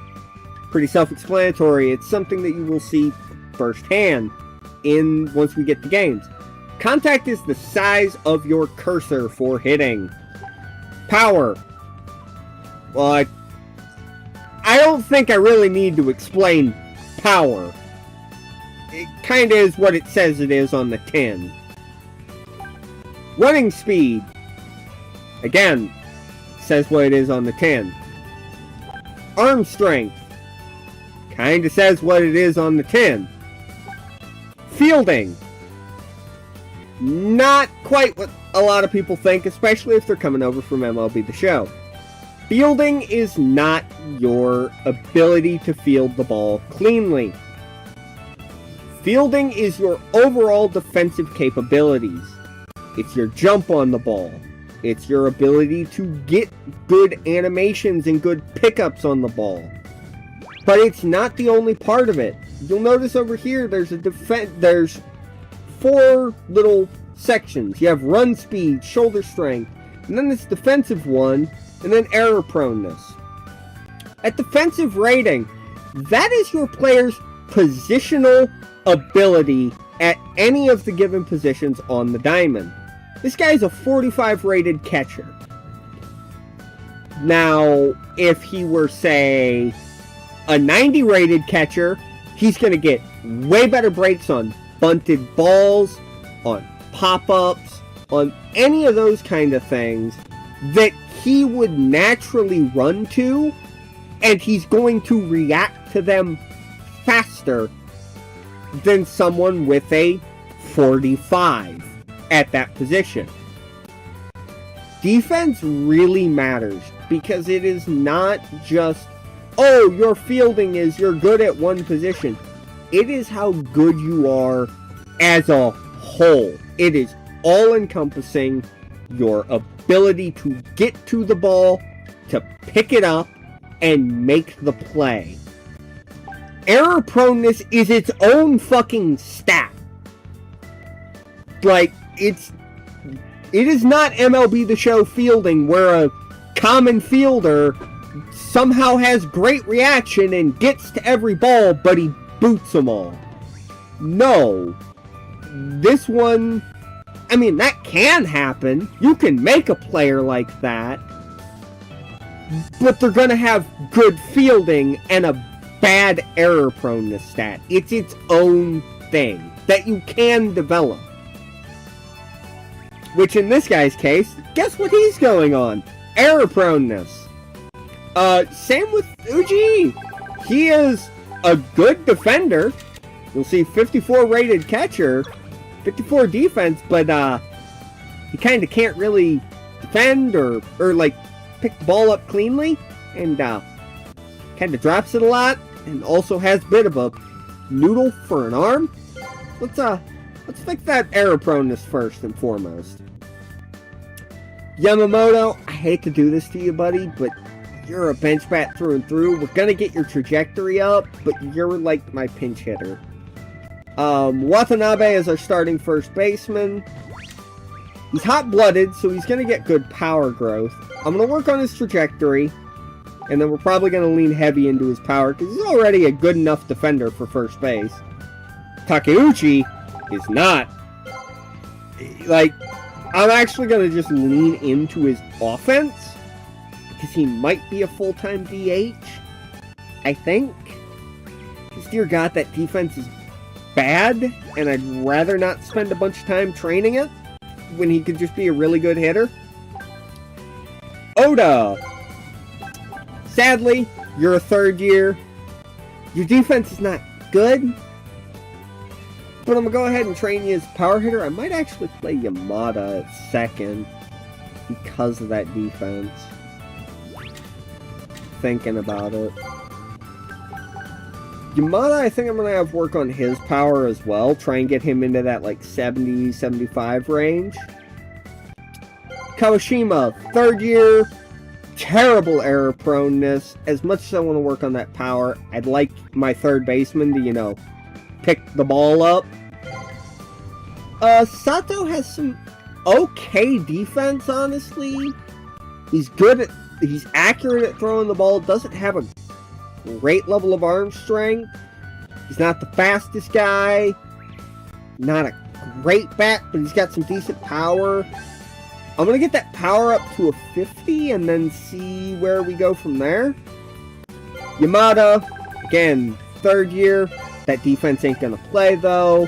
Shimizu, again, not awful. Second year, decently fast. I need my shortstop to be able to throw. Run speed. Run speed. I don't care how bad your defense is. I'm not putting guys with G run speed out in my outfield. I'm just not. Sato, work on your error proneness, because this outfield is comically bad. And I genuinely don't think I've ever had an outfield this bad except for one other time where I ended up having to convert all my catchers into outfielders because I was running 4 catchers. Catcher at first, 2 catchers in the corner outfields, and then an actual catcher because I had no good outfielders. Now that we've finally gone through and set everyone's training, we're going to go ahead and back out, and that locks in everyone's training for the month. They're going to focus in on that, and everyone is going to get better growth to those specific stats. Does not mean other stats will not grow. They will. But those stats are going to get the bulk of the growth from training. Shimizu already got +1 to his fielding. Players got tired. Everyone got a little bit of a rest. Now you'll notice a new icon here. This golden bat and ball. If we land on this, which I intended to anyway. So, everyone did their little bit of training. Some players got tired. Now, we get to pick from 3 players. Shimizu, Yoshioka, or Hamaoka. Out of this batch, probably Shimizu. And now we're going to have a whole big list thrown in our face. This is an opportunity for your players to learn new skills. Or new abilities, I should say. There is an Excel sheet floating around in the Power Pros World Discord. I can link it for anybody who really ends up needing it, or DM it to people if they reach out to me, if they know me on Discord or what have you, and are playing this game themselves. So, for this example, we'll use Shimizu here. From top to bottom, we could teach him make doubly sure, or attempt to teach him make doubly sure or ensure, meaning that if the team is leading by 4 or more runs late after the 7th inning, he gets +10 power. Not bad. Could be worse, but not bad. Next up, we are looking at... I should know this one, because I know most of these with the O in them. But I just don't remember it off the top of my head. Here we are. Infield hit. Speed out of the box running to first base is increased. Honestly, not a bad one for a guy with E base running and 52 run speed. Could be a good one to train him. We have, I'm pretty sure this is Intimidator, right? Is it not? No, this is one that I've always been confused on because I don't think it's actually ever in the goddamn list, and it throws me off. Hold on, let me translate this with my phone.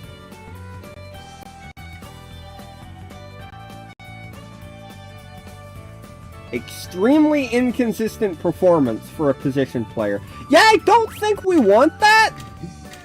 Just going out on a limb here. Ultimate condition. Maybe my phone translated that wrong. Maybe that's extremely consistent performance, meaning his condition doesn't drop that much. I could see that being it. Next up though, we have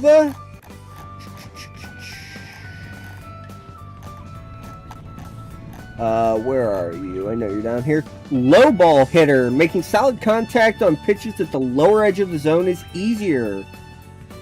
Again, could be nice. We could develop his throwing up 1 letter grade to a D. Might not be bad for a shortstop that has E throwing. Next up we have high ball hitter, literally the inverse of low ball hitter, easier to hit things high in the zone. We have durability +1. Not something I really see being that useful in Akon. It's never been something I train. Good for if you're making guys for pennant mode, though. I will say that. We have inside pitch hitter. Same thing as high ball and low ball, but inside. This can be paired with high or low, but not outside ball, which makes sense. Or we could train his ability with runners in scoring position by 1. Yep. I'm thinking... To be honest, I'm thinking we work on his throwing, personally. Because, like, I'm sorry, throwing for a shortstop is not good. I'd like my shortstop to, hit the target, at least at a neutral rate. And something I should mention is the star rating is the difficulty. It's a 3 out of 5 star difficulty. He should probably succeed. Let's see here. Seems to have pretty good taste. He's doing a good job. He did it! So his throwing is now up to a neutral D. And his practice efficiency has improved from succeeding at that drill. And his reliability has increased. That is really good. And then this explains the gold icons. So, what are you telling me about here? Right there. Baseball equipment such as bats and gloves. I will explain this better than she can. So, she just gave us our first first items. We have a book, which is with runners in scoring position, so that is a pitcher book, and a contact bat. Now, this contact bat, it's a base tier contact bat. We can apply one piece of equipment to any singular player. That piece of equipment, in this case a contact bat, would boost that player's contact by +3. So, for someone like Yamada, 3 free contact, push him up to 66. Not bad. Would make him a slightly better hitter. Means it's 3 less points of contact I gotta train. Honestly, I think I'm gonna do that. Because I'm gonna heavily focus on his power. Now, books. These are a little more complicated. And I have to go back to this screen to explain. So, in the right-hand side, you will see a memo. And on that memo, there is a letter grade. That is your student's academic aptitude. For each letter grade, it goes up. They can learn from 1 more book. I think at the max they can learn from 5 or 6 books total. I think it might be 7, I can't remember. But a good example, Hidaka, I could just pump books into him and raise his skills a bunch. Give him new abilities, because that's what these books do. They give abilities. In this case, this is a with runners in scoring position book. You'll notice it's sorted by pitchers first. That's also a good clue to tell you what type of book it is. So, I could boost Hidaka, honestly. A grades would get him up to a B with runners in scoring position. I mean, hey, that's not bad. That would make it so, what? He's +1 top speed and +1 to all breaking balls with a runner in scoring position? And he already has strikeouts, so he's getting a boost to his abilities in 2-strike counts? I mean, that's not bad. That if it's 2 strikes, he gets +2 KPH and +1 to his breaking balls. You add in that D or B rated with runners in scoring position. If a guy's on second, suddenly that's 3 ticks on the fastball and what?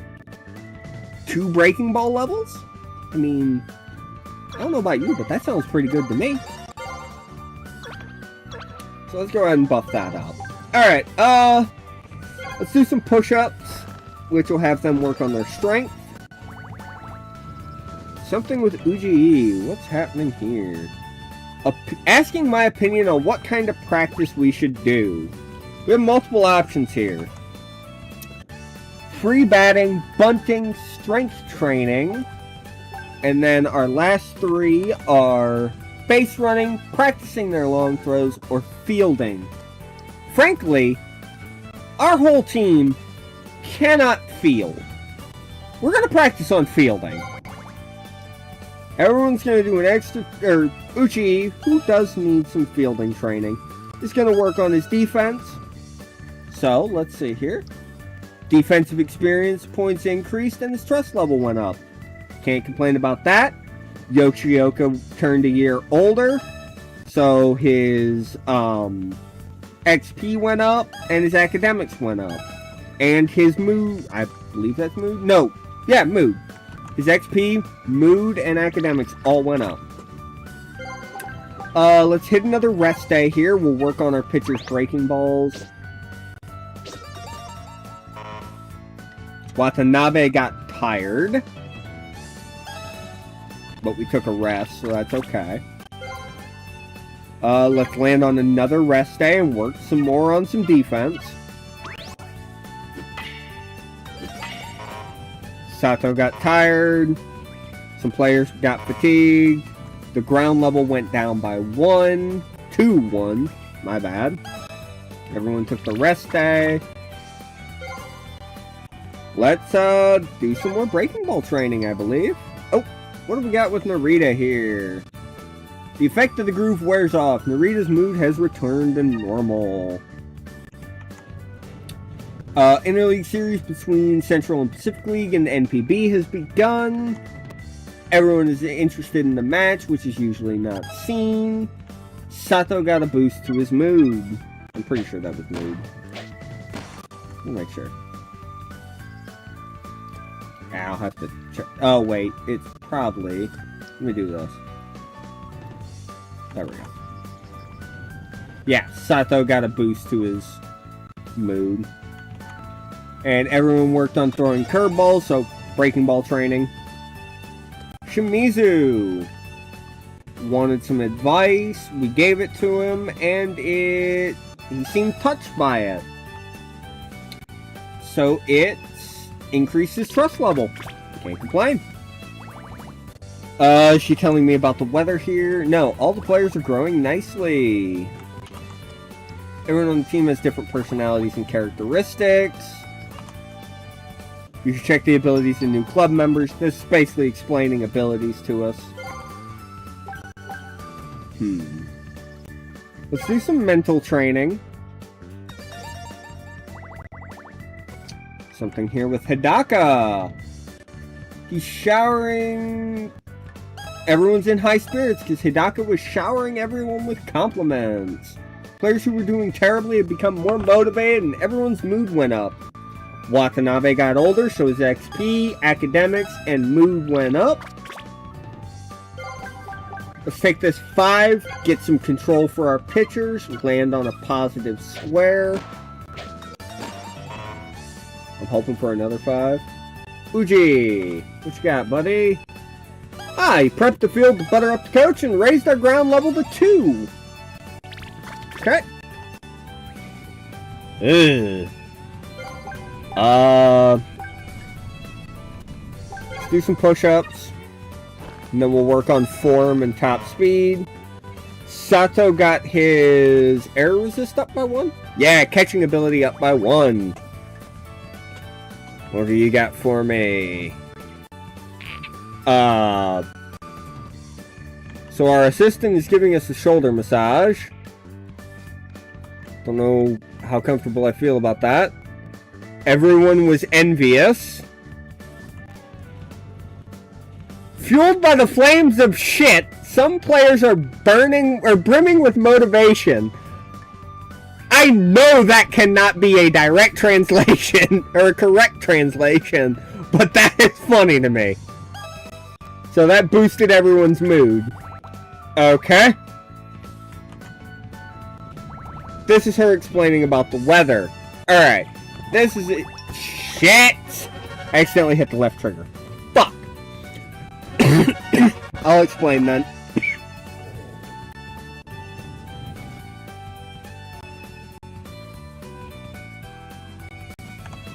Excuse me. Holy crap, that came out of nowhere.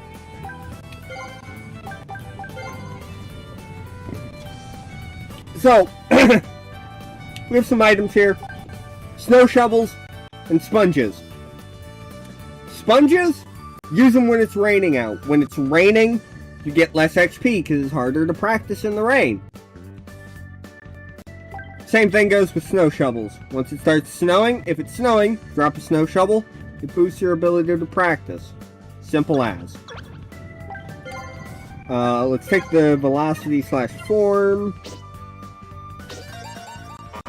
Ishimoto got a little tired. Today we're all working together to maintain the field. Ground level went up by 1 to 3 ground level. Let's do some base running here. Let's try and get as many positive squares as I can. Igarashi's mood has come back down to normal. The players got tired. Terada. He became interested in studying. That's going to boost his academic performance. Can't complain. Let's do this fielding training. And now, it's June. So, now we get to redo our schedule. Our training schedule. So, Terada, keep working on that velocity, please. Yoshioka is still trying to work on that breaking pitch. Mukiyama is almost a primary position outfielder. Like, that's almost converted to be his main thing. Igarashi is up to where I would like him to be for velocity. I want him to work on his control. I think the last thing I'll do with him, weirdly enough, is breaking pitches.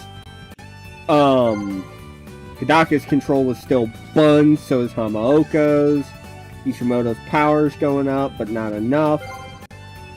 Narita's defense ain't great, or error proneness is still pretty bad, so is Uzi's. Yamamoto is up to 2 trajectory. I'm going to work on his power, since he's going to graduate soon enough anyway. Watanabe is our starting first baseman. We're going to put him on power. Yeah, power. You got your trajectory up. Let's get you working to 3. Oda's working power. Yamada's working power. Kawashima's working error proneness.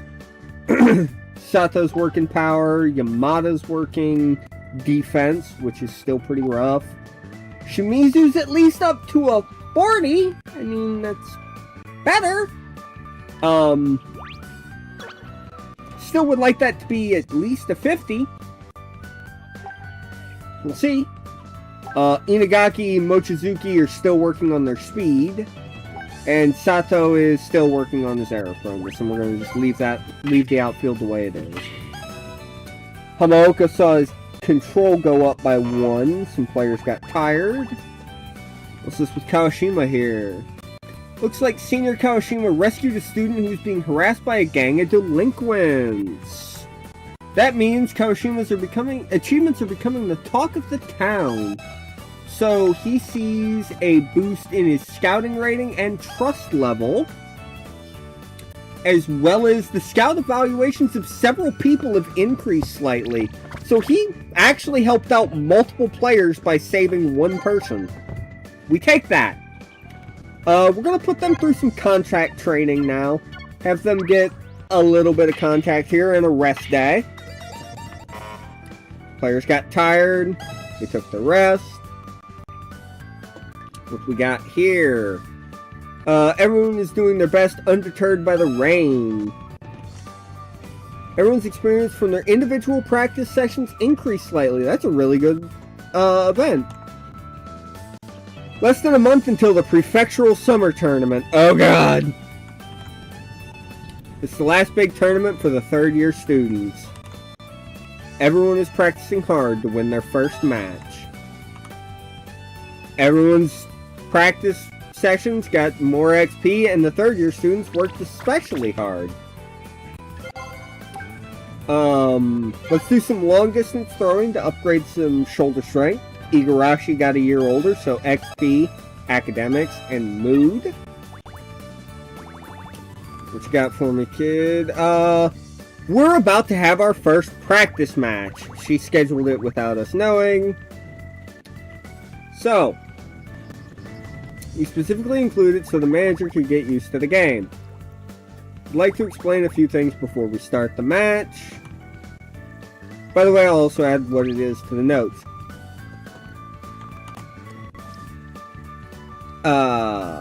That's a weird one. I know this. Listen and no need. So, we're gonna ask her what we want to know about.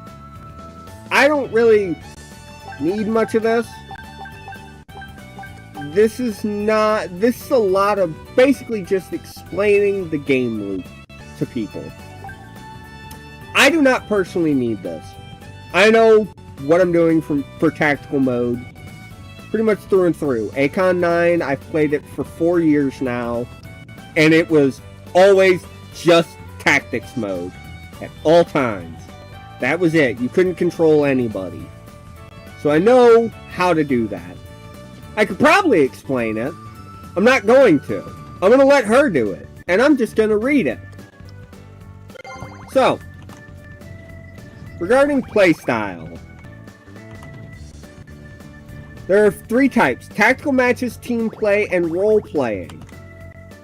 Tactical matches are played by giving instructions to players, but team play and role playing matches are played using action controls, meaning you control the player. I recommend playing the game in a style that is comfortable for the manager. You can change the settings, style, and data system game settings based settings. Next up, we're going to learn about tactical mode. Basic tactics. So, the basic tactics will have various instructions. There are different ones for hitter and for pitcher. And there are things like try and focus on pitching on the inside, try to get a hit and run, try and hit a grounder, try to pull the ball, try to drop a bunt, try to work the edge of the strike zone, try to pitch low, etc. You're never really able to guarantee something is happening. You're just telling your player what to try to do. The director will decide to choose what to choose on a case-by-case basis. Here's a good example. There are varying levels of effectiveness. The number icon on the tactic explains the level of effectiveness. A 3 is average, a 5 is very good, a 1 is as low chance as it gets. In this case, the game is showing us 3 hitter tactics and 1 universal.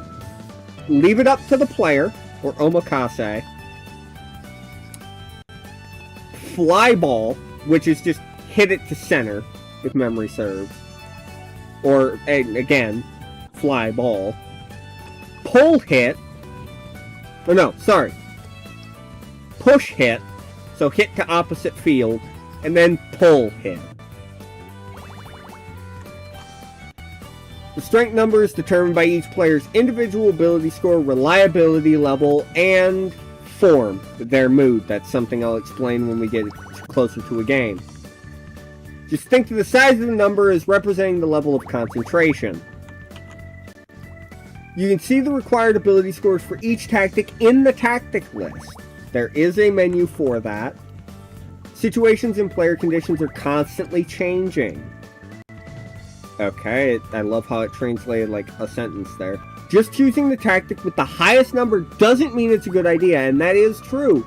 You can have a 5-star rating for hitting a ground ball, but if the other team's playing in with 1 out, you're not going to want to hit a ground ball or drop a bunt, because you're probably going to get a double play with the runner thrown out at home and the runner at first. You got to be smart with it. And you can always interrupt and change your tactic in the middle of an at-bat. Decide on tactics on a case-by-case basis. Numbers themselves are reset after each at-bat based on the corresponding ability values, reliability, and conditioning for each player. And you have advanced tactics. This is going to be a lot of talking here. Unique tactics. Unique tactics are tied to a player's personality. Every player has their own unique tactic. It will be on the far right of your tactics list. These can only be used once per game per player. So you can use 12 of them if you use 12 different players, but it can only be used once by each individual player. And they have a variety of effects. They're based on personality, and various effects occur depending on the unique tactic. Some are quite rare. Please note that you are not guaranteed to acquire the special ability associated with the tactic name. Also, each player can only use it once in a match, as I mentioned. It's up to the manager to decide when to use their unique tactic. And one more thing. Please note, some effects may not work depending on the condition of the player or the pitcher's state. So, a good example, and this is if anybody picks up Akon 9 or has picked the game up and stumbles onto this video and wants to learn Akon 9. If you want to play tactical mode, shy players are your best friend. Because they have two abilities. Every personality type has two abilities. One of Shy's is lucky. It's okay. The other one is known as Demon. Demon is busted. Because the higher the reliability of the player, the higher the strength of it. And what Demon does is when you pop it, and they're at bat, it increases the other team's error proneness. As you can imagine, that is incredibly valuable. I was messing around earlier today, just checking out the modes, seeing what was new before I started this. And I happened to have a shy player on my team. Use Demon and hit a ground ball. It rolled right up to the shortstop. He made an error on it. Shot through into left center field. The left fielder ran over and tried to pick it up. He overran it and committed an error. The center fielder came to cover and went to pick it up. He overran it and committed an error. The left fielder recovered, picked the ball up, tried to throw it into the infield, and the throw was offline, and my runner was safe at third. 4 errors, 1 at bat. Demon will last for the entire inning. You can create some stupid explosions of runs in a single inning off one skill card. Doesn't always happen. It just increases the chances. But when it does, my God, it feels amazing. Now, we're going to be talking about tactical matches. Don't worry, what? I don't know what this is, so... this is... Okay. If your pitcher gets rattled, you can push down on the D-pad, or down on the D-pad on the Switch, and it will allow you to do a mound visit to try and recover your pitcher's poise. It has the effect of calming the pitcher down if they're really struggling. It can only be used once per inning. Cheering.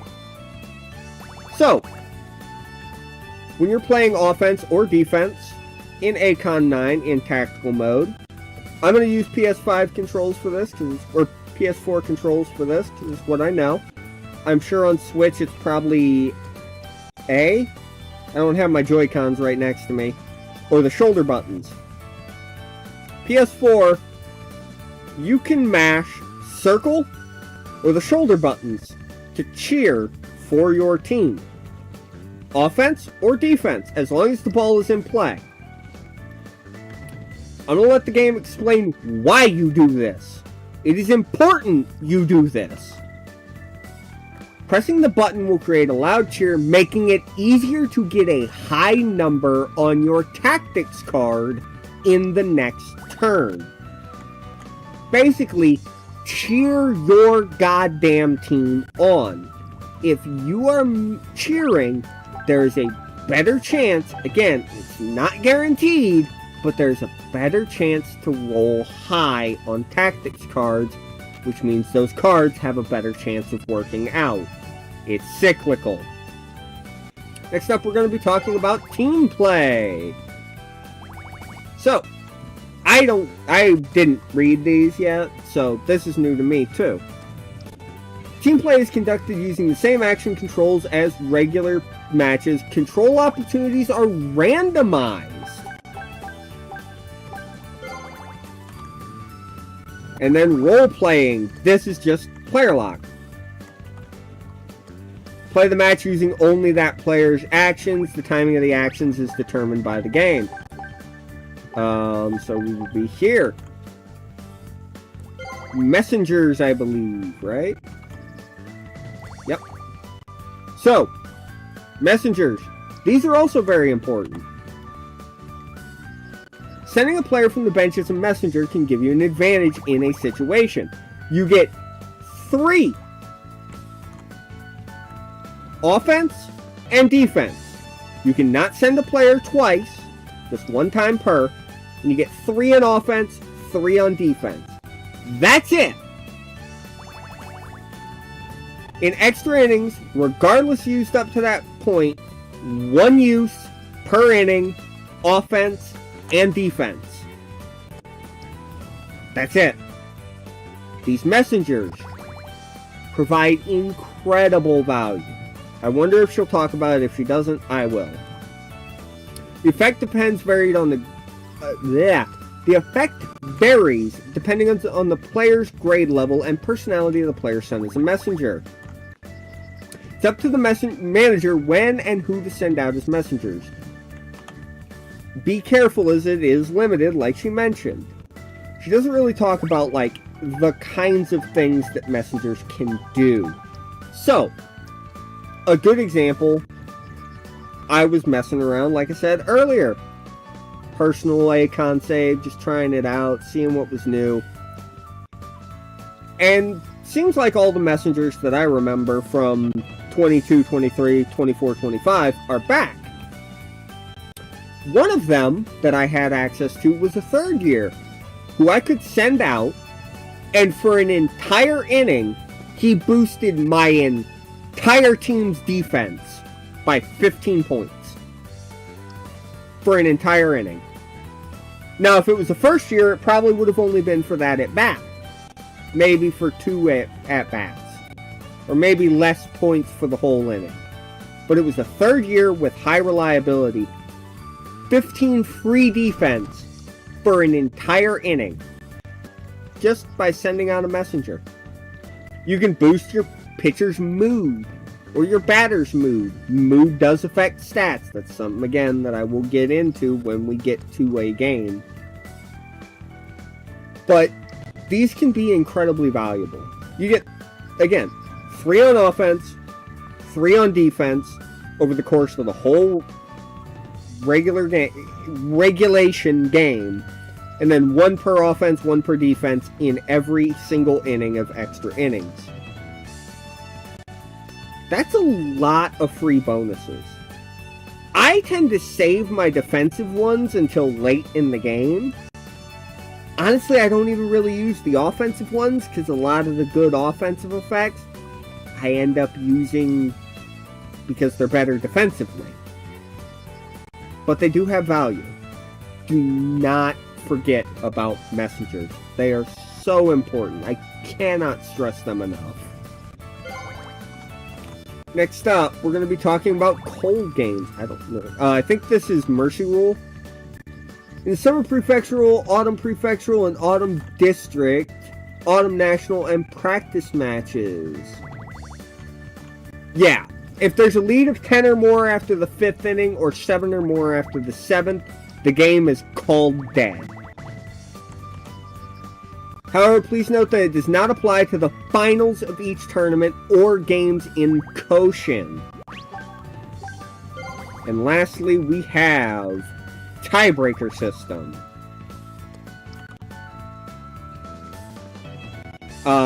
Matches that go into extra innings onward start with a runner on first and second. No outs. Please note that the tiebreak system is not used in practice matches or the national tournament finals in the fall.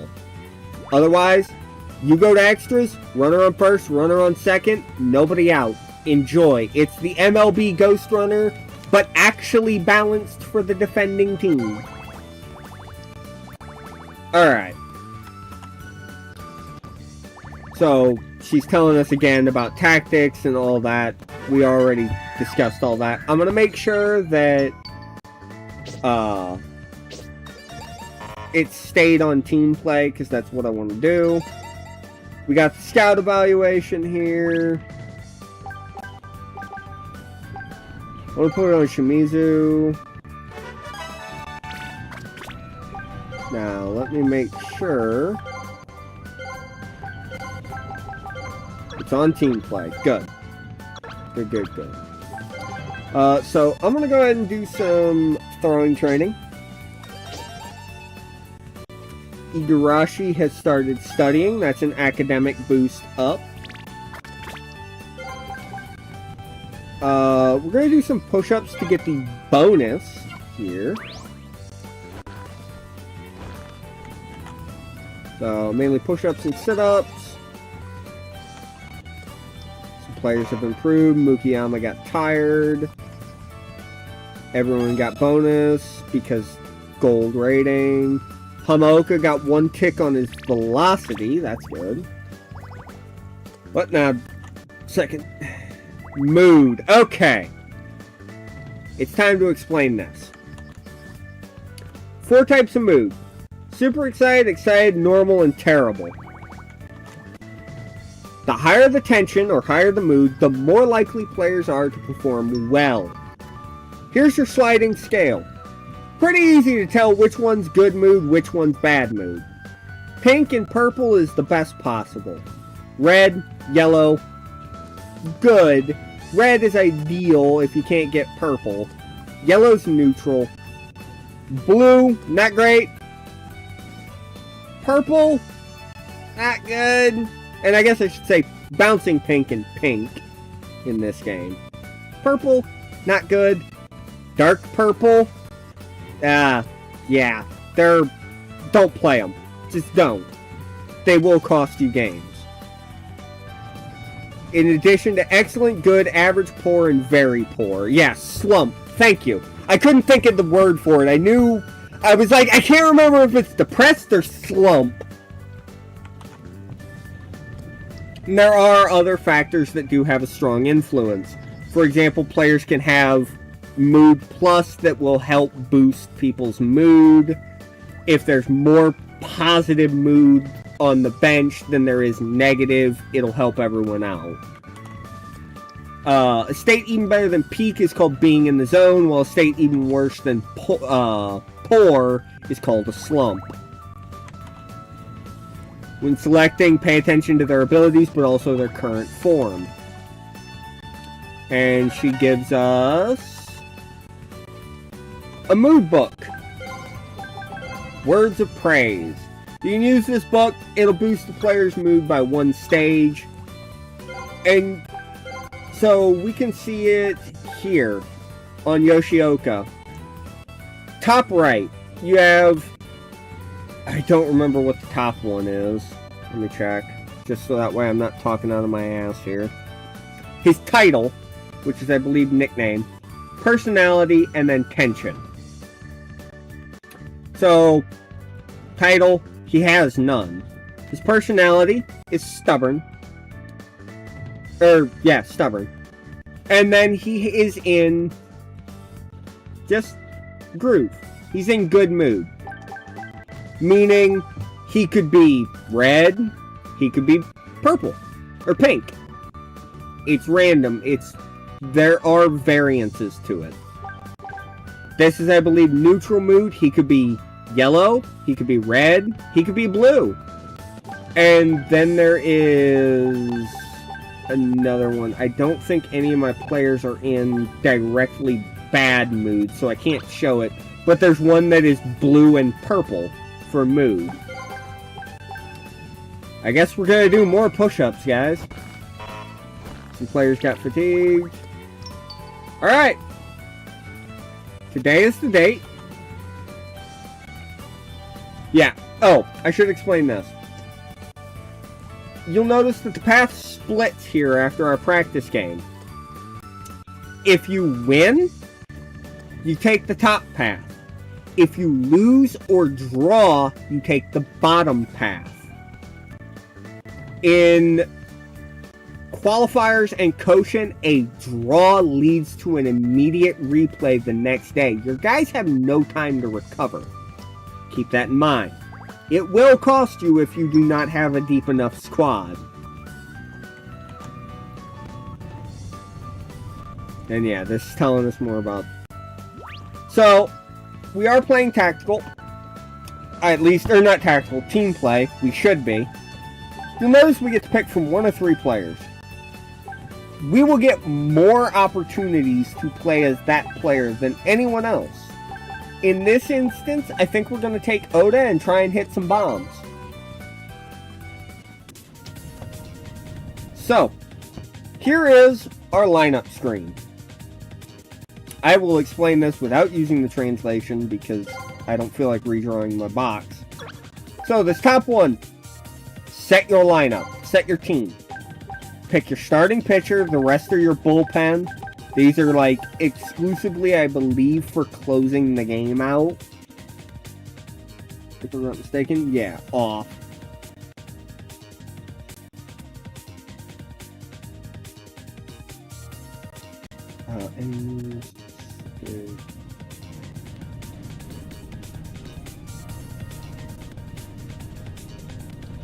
That... Ah, not eligible. Okay. That makes a lot of sense. I think my brain was thinking pennant mode, where you have, like, starter, bullpen, closer.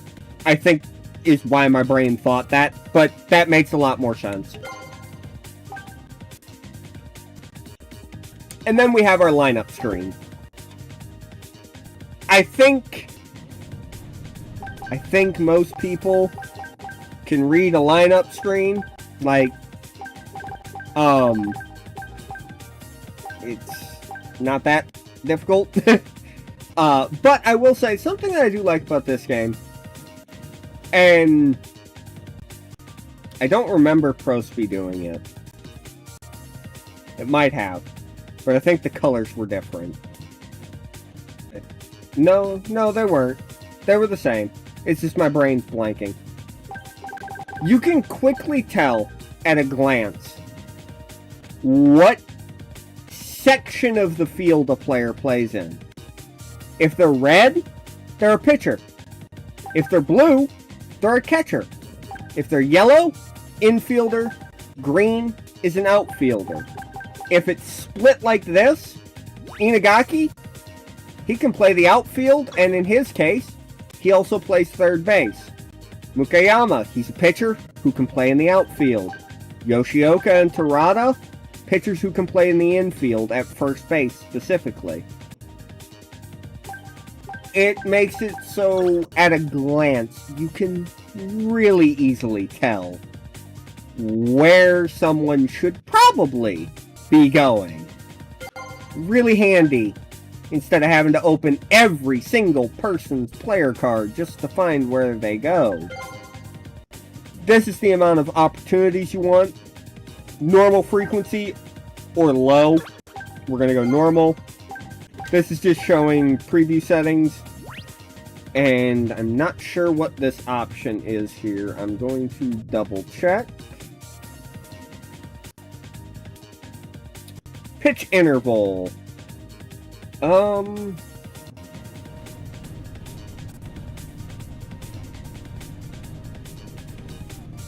just leave that on with skip. This is a whole bunch of like HUD display. You can turn a bunch of this stuff off if you choose.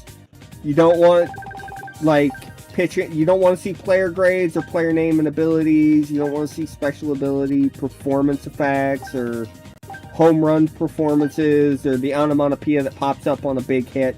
You don't have to have that on. You can turn them all off if you want. This one is just your general game settings, like analog pitching, vibration, camera perspective, hitting setup, pitching setup, fielding, etc. Now, after 2.5 hours, let's play some goddamn baseball. It's about time.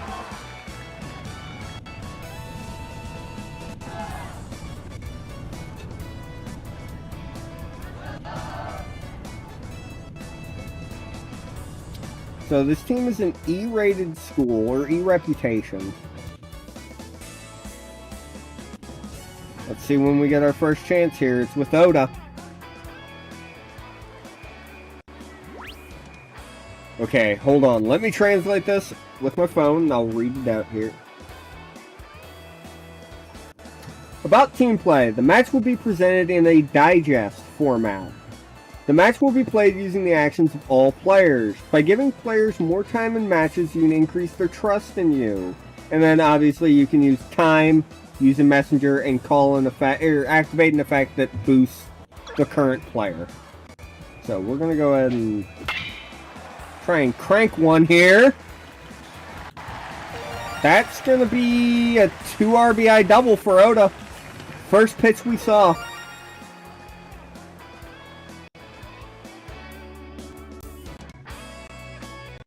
Now, I could speed up the sim, but I'm going to leave it on 2-speed for now.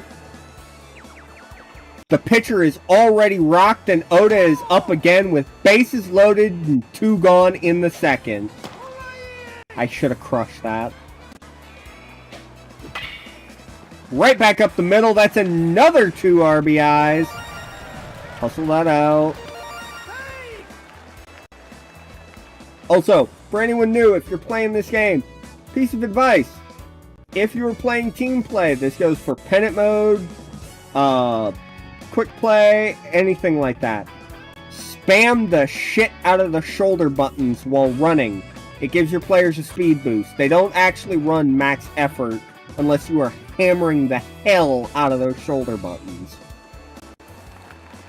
Alright, we got a new pitcher here. Junpei Inagaki up. Hitless so far on the day. Pitches inside.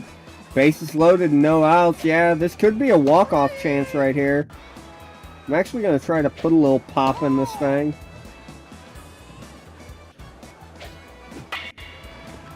Grounder through the hole. That's going to keep them loaded. Station to station. Tatsuya Mukayama, the pitcher. Dear God, I was in front of that changeup. And that might be a double play unless he legs it out. Fielder's choice, drove in another one. Yumu Sato.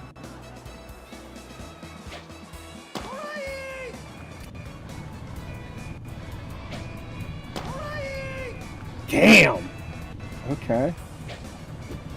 And he gets me with the changeup. I suck at hitting changeups in this game. I really do. I don't know what it is. I cannot lay off of them. Oh! Just foul. There we go. Laid off that one. 10-1. One more run and we end this game with a mercy rule. Shimizu here.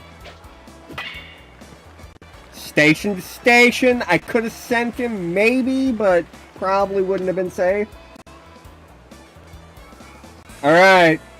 Kawashima. Oh, it was a mistake pitch down the middle and I fucking hesitated. That's out.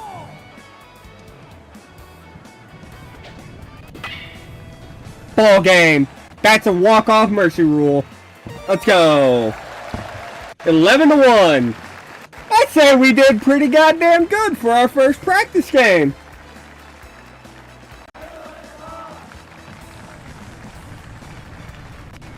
Alright, we take those. We take those.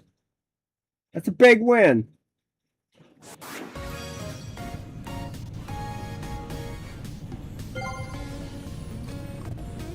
"16 hits on the day. My God. Woo. They did have a solo home run in the third inning, but that was their lone run on the day. Looking at the stat breakdown here, multiple guys with multi-hit days. Watanabe and Shimizu and Oda, all with 3-hit days. Mukiyama was the only 2-hit day. Inagaki, Sato, and Yamada all had a single hit. Credit to Yamada, though. He drew 3 walks on the game. We drew 6 as a team. That's a good-ass day. Like, we were really working the pitch counts, it looks like. I'm glad to see that. This is another breakdown of all the stats. We had, what? 1 double on the day, I think. Everything was just singles. As for our pitcher, Terada went 6 innings through 78 pitches with only 1 strikeout, 5 hits, and 1 run allowed. He's sitting on a 1.50 or 1.5 ERA. Honestly, I can't be mad. He did really good. Looking at his pitches, pretty consistent. Looks like he was pounding the edge of the zone pretty good. Little bit middle heavy for my liking, but mostly worked off his fastball, which is what I like to see. His lone K came low on a fastball. All his hits were... Honestly, he gave up 3 hits on the fastball outside of the zone. And his lone home run was a a breaking ball left hanging high. I don't know how to read this one. I'm not gonna lie, so I'm gonna just keep it a buck and move on, because I think it's hit distribution. I think we had 10 hits roughly that got to center. Or is that out distribution? I don't know.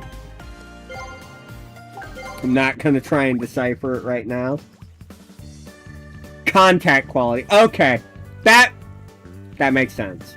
Now, post-game, we see everyone's reliability went up. The better they played, or the more they played, they got more reliability than the guys who didn't. And they got XP in all the stuff they're training in. So... play games. Practice games may not be super valuable, but they are important. Right here. School reputation. This is one of the biggest things about the game. School reputation determines a lot of things. How far away from your home province can you recruit once recruiting opens up? How many cards you have to pick from at the... for each week in practice, or each time in practice. The quality of players that come in as walk-ons even. Like, the different types of practice matches you can get. Play games, win against good teams in big fashion. Your reputation will go up, and you're never going to look back. It's not the biggest thing, though. We haven't had an opportunity to really talk about that yet.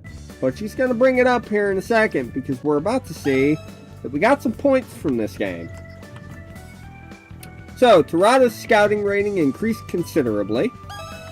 Kawashima's did as well. So did Oda's, Mukiyama's, Shimizu, Watanabe, Yamada.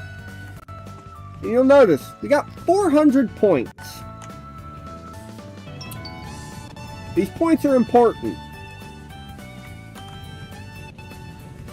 Battle points are points you earn based on the result of the match. I believe you get 400 for every win, and I think 1,000 for every tournament win. Don't quote me on that, though. It's been a while since I played Power Pros compared to Pro Speed. These are used to purchase baseball equipment and items. By winning matches, vendors who sell items will come to the club regularly. You can use your battle points at that time. Accumulate them as much as you can and use them often. Watanabe did a great job in today's match. Keep up the good work. Praised by his manager and got super excited. So he's in peak mood, which is really good. And it also means, because he's in peak mood, he's got this little mark on his icon, or on his training icon, which you can see right here. That means he's going to be gaining XP at a higher rate for a short time. It's not going to last forever, but it will help. Also, fun thing, if I want, I can come in and I can edit aspects of your rival schools. This is something you can do. If you find a powerhouse that you're encountering a whole bunch, and you want to customize their uniforms and stuff and make them really feel like your dedicated rival, you can do it right here. And you can even see their team. You can't edit their players, which I think is a slightly missed opportunity. I get why we can't.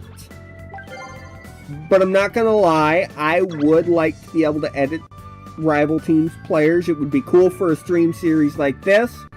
Get viewers involved. Hey, we keep facing this powerhouse. They have this great first year. Who wants to customize him? Throw him to the wolves and someone can design him. Would be really cool. I get why they don't let you do it, but it would be cool. I did not mean to hit that. Now, she talked very briefly about the points and shopping. Those shops, when they come up, you can buy practice equipment. Buy it at every goddamn opportunity. Buy unique pieces. Get all of them. Because every last one of them increases your training ground level. Higher your training ground level, more XP from every single practice.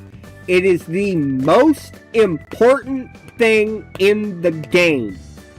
Do not sleep on training equipment. You need it to be successful. Alright, she is going to ask us if we want to take, or this is competence. Players with high reliability means better rolls on tactical icons and more likely to perform above their ability. They gain it by starting, coming on as a sub, or just being on the bench. But obviously, you want them to come in. The more they play, the better. Also, if they play at Koshin, it's a bigger boost. Not only would they be happy to be on the bench, but they'd be thrilled if they were given even a small chance to play in the game. Keep in mind when making player subs. What? If players substituted for another player before completing one at-bat, they will not be counted as a player who participated in the game. If you bring them in, please at least let them play an at-bat. So, basically, the game kind of explains that, in my opinion, because that makes it, at least to me, sound like that player you brought on needs to get an at-bat. Otherwise, they will not be credited with playing in the game. It just means any at-bat. They can be on the field for a singular out, and they will be credited as playing in the game. Let's see. When a runner situation, things like stolen base, being picked off. Timing for determining whether they were still playing in the game is the same as at the end of an at-bat. We have an exam before practice. So, depending on your student's academic or your team's academic ratings, they can succeed or fail their exams. Tarada here looks to have done really well. It'll have a positive impact on practice. However, Takeuchi, Makiyama, and Oda all had negative impacts, and it's gonna ding every last one of their practice efficiencies. Obviously not great. You also notice a new card type here. I call it the lazy card. It's a forced rest for your players. It's not bad, it's not good. It's just an extra day off, basically. Really good if you need to recover some. Sato came up and started a friendly conversation, so his trust went up. So she wants to hold a training camp for 5 days starting on the 25th of next month. It gives everyone the chance to acquire specialized skills. You'll be doing hard practice sessions each day so you gain more XP than usual. Everyone's fatigue will climb faster, though. There is almost no reason to ever say no to these. Do them. It's free skills. Yes, it's more fatigue. You can recover fatigue. It's easy enough. But free skills, free abilities is so important. Because sometimes you get lucky and you hit a gold ability. And you just suddenly have a Wonder Kid as a player that you wouldn't have had otherwise. During training camp, the most enthusiastic players aim for a special ability. You can, training progress icon will change to one with a special ability. Some exercises may have multiple special abilities. It's very important which training progress icon you bring with you into training camp. Now, we're going to go ahead and take our rest day here. Like I said, players were given a rest. Yamada got an extra point of power while resting. What's up with Ishimoto here? Ishimoto Senpai's unnecessary comment has dampened everyone's spirits. So everyone's mood went down a little bit. It's a bummer. Today's Father's Day. What you got for me now? Stamina bonus for pitchers. This I actually haven't read. Did you notice the up arrow next to the pitcher's name during the game? It's displayed when a pitcher has a lot of stamina remaining. When it's displayed, the pitcher's abilities increase significantly. It means they're still full of energy. When the gauge turns orange, be careful, your abilities are starting to decrease. Okay, so basically, pull them out when they get tired. Baseball Management 101. Don't leave your pitcher in there to fucking die. Yoshioka's mood has regressed back to normal. Hamaoka's gotten a year older. XP, academics, and mood. What now?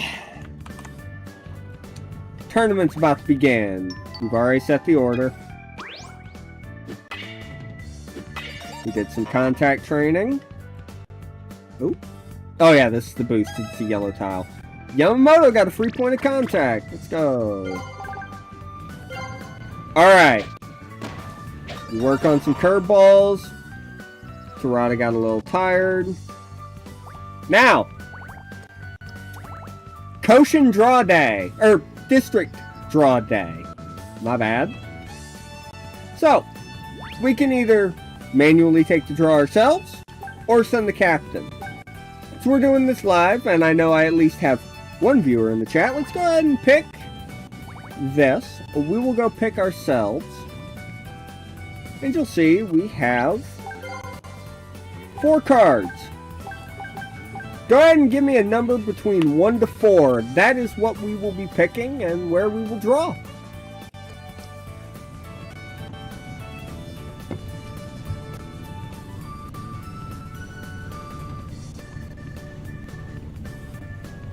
Four. Alright, you got it. We will be slot number 7. Means we are up against a D rank team. Not bad. We could have been up against an A rank. Thank Christ we're not. I like actually getting out of the first round. This is winnable. Alright. Let's go. And then you can also come over here and you can go down to the notepad and check the tournament bracket. And you can see the entire district bracket. And then you can eventually see Koshin, Meiji Jingu, Spring Koshin. Alright, let's go with a 4 so we can get another boost. July! More training rejigging! So, Terada's still working on his velocity. So, Yoshioka. Mukiyama is now as good as he can get as an outfielder without just straight up converting to outfield. I'm gonna lean into his defense, honestly. I really am. I'm gonna work on just his natural raw defense. Igarashi is working on control. I'd like to get that up to at least 40, so probably I'm gonna give him another month. Hidaka and Hamaoka still need control. It's just too goddamn low. Ishimoto, 3rd year, not super worried. Narita, I want you to at least get to, like, 30 error proneness, please. Uji, I doubt you're going to be starting right away, so I'm going to start you working on your shoulder strength a little bit. Yamamoto, work on your power, you're not going to be here long. Same with Watanabe, you're a 2nd year. Takeuchi is working toward his Tier 3 trajectory. Oda is working on power. Yamada's working on power. Kawashima is working on error proneness. He's also a 3rd year, so I'm not super bothered. Sato's working... He got to his 50 pop.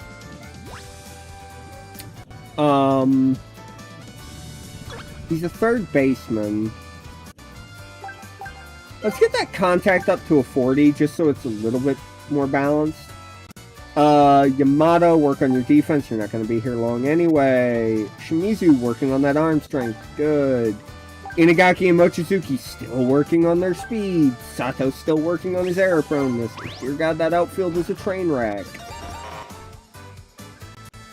We get our boost here. Summer is here. The end of the rainy season has been declared. Good luck in tomorrow's match. Come on.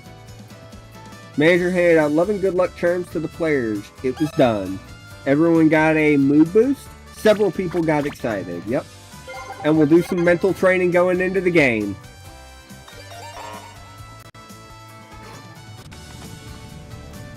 Tense battles are being fought all over the country in preparation for the Koshin tournament. Which high school will secure a ticket for the Koshin tournament this year? The Summer Prefectural Tournament is finally about to begin. Our opponent is Setsu Agricultural High School, and they're considered moderately strong. They're a higher ranked team. Come on. Let's win our first match today. Our reputation might improve. Let's decide which player I should watch in today's match. Who should I choose from? Kawashima, Inagaki, or Sato?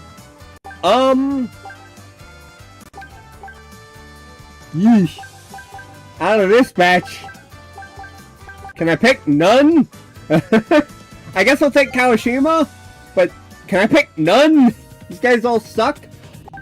Oh god, Mukiyama's in a god-awful mood.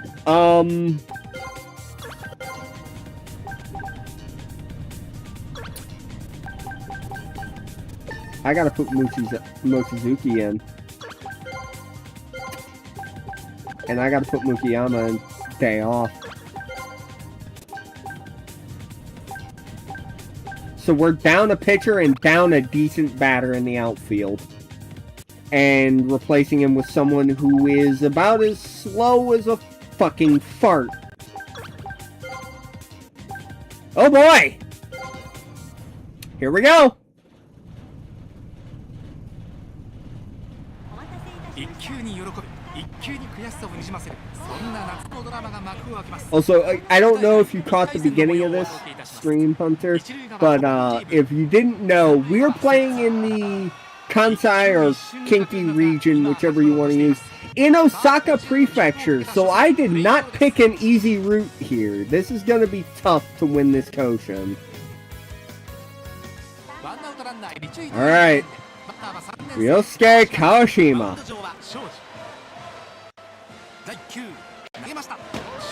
Take that. Take that.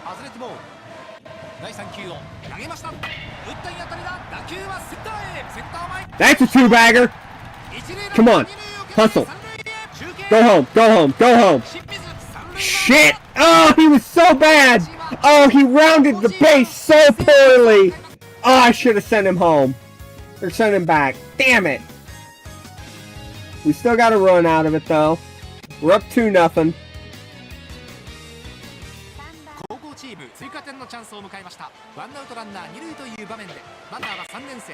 Got it. Shimizu cannot run the bases well. Damn, that broke in. Drop! Drop! Let's just take the single. I learned my lesson.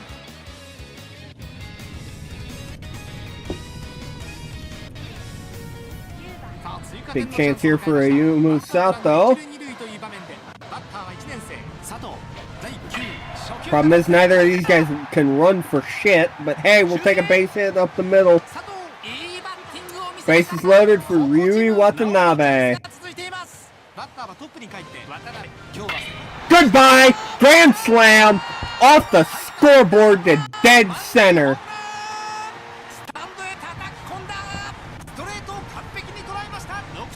Sayonara baseball. Let's go.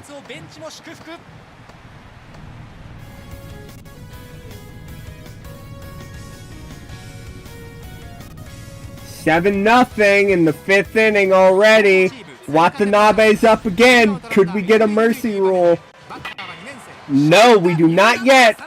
But bases loaded, 2 gone.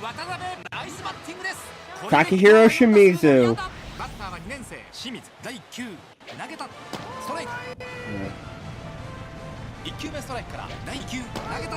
Damn!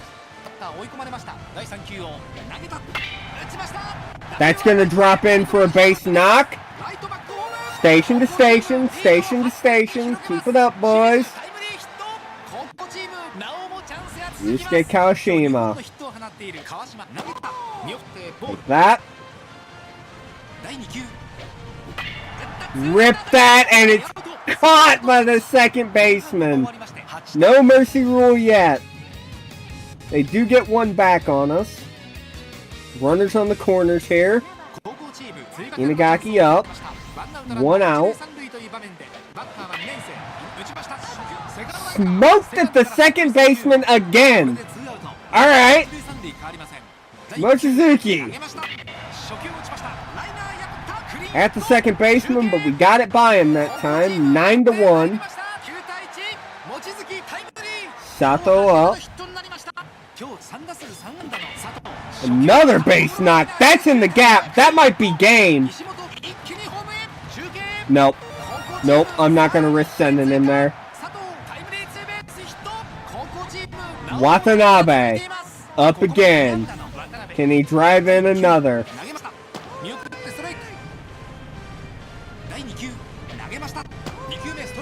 Damn, these guys all have hard left-breaking pitches. Drop! Drop! Ball game! 11-1, another mercy rule. Watanabe with 5 RBI on the day.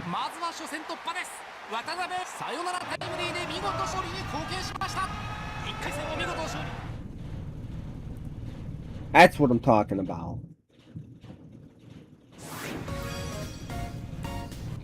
Big win. Big win. Really happy with that. 17 hits on the day. Watanabe with his first of his career, and it was a grand slam. Looking at the team, Sato went 4 for 4 with 2 RBI and a double. That's a really goddamn good day. Nobody went hitless. Everyone picked up at least 1 hit. We drew 2 walks. Not a lot of extra base hits. 4 on the day, it looks like. Good to see.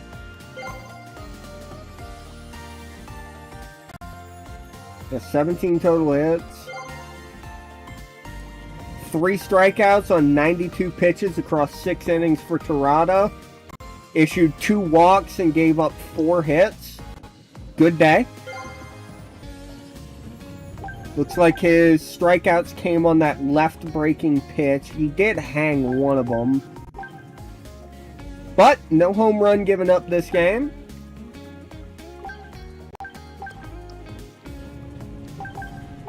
Looks like all the ones that were put in play were fastballs low this time around. Whoops.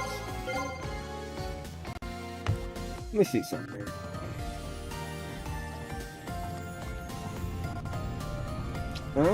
Okay. So we did swing and miss about 42% of the time on strikes. Bit disappointing, but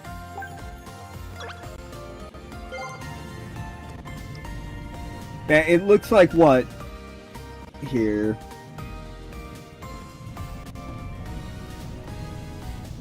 Yeah, true core, others. Yeah, dead on, good, everything else. And then strike. Yep. And then at the bottom you got strike whiff rate, ball swing rate, and strong vibration usage rate. I ain't even gonna question what that very bottom one is.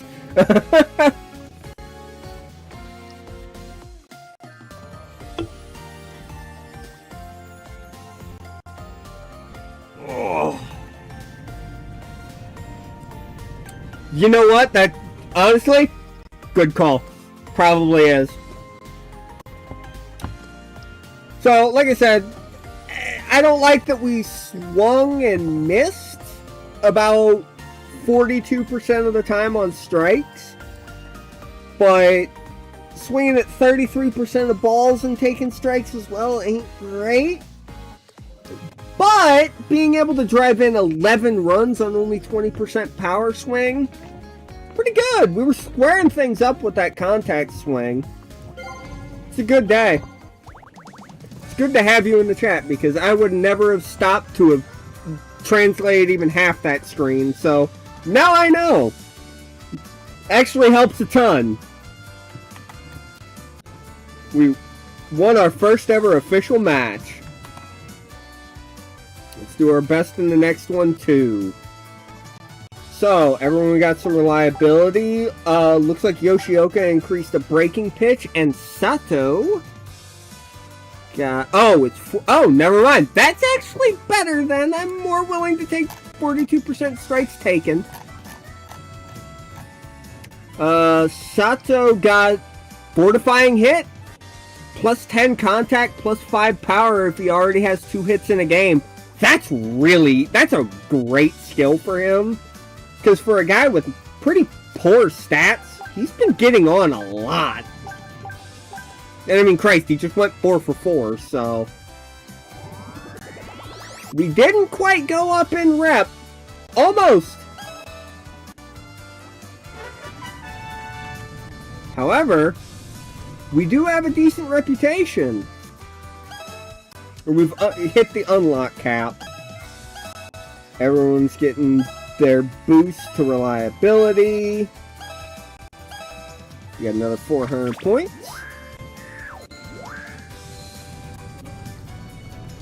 Now we have another game in 4 days. Give me 1 second here.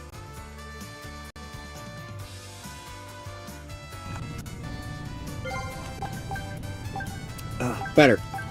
Throat was getting dry, and I don't think you guys want to hear the sound of a can cracking. Oh, Jesus, that's tiny. Hold on a second. Try that again. Summer Prefectural Tournament. What about it? Come on. Ah, the principal's gonna give us a gift. A batting machine exchange ticket! Let's go! Training equipment. I've already explained this. Sometimes you will get tickets for field equipment. Oh, wait. Quite used to the matches. But aren't you always giving vague instructions?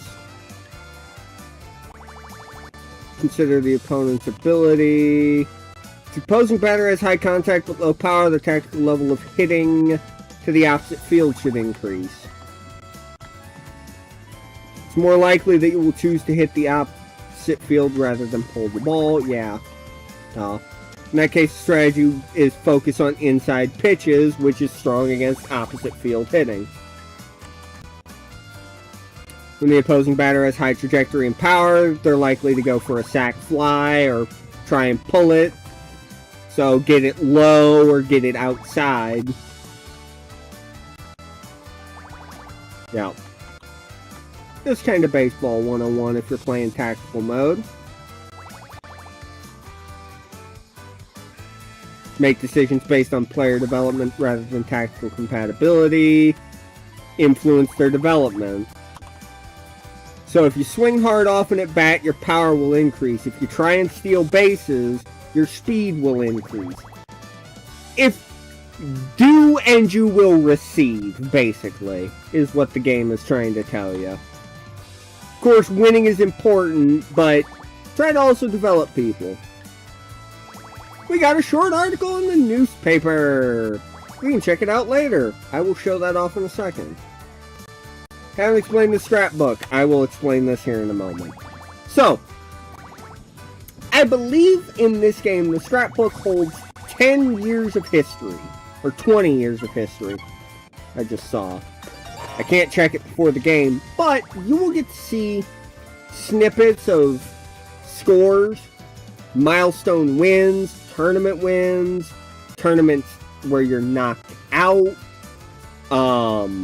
players getting drafted. You'll have little newspaper cutouts, and you can track the history of your school for up to 20 years, and then each year after, it just drops off the oldest year. So, we are playing Takatsuki Gakuen High, which is considered a weak team. Despite being weak, they're a formidable opponent. Ishimoto, our OB reincarnation, and Yamada or Mukiyama. You know I gotta take Yamada. I'm trying to hit some bombs. We want to get this guy developing as good as possible. We want him to be the ace of our school. He's a first year. We gotta work with the kid. Looking at moods, though, a lot of guys are in some not great mood, but there aren't many subs that we can use. I guess we could play Sato over Kawashima, and Mochizuki over Mukayama, and use him as a bench guy, but I'd rather not, if I'm being honest. I'll just ride it with 3 blues. となっていただきを目指します。地区大会2回戦の Okay. 模様をお届けいたします。一塁側高槻、三塁側先行チーム。観客に見送られて守りに散りました。さあ一球一瞬に思いを込めて間もなくプレイボールです。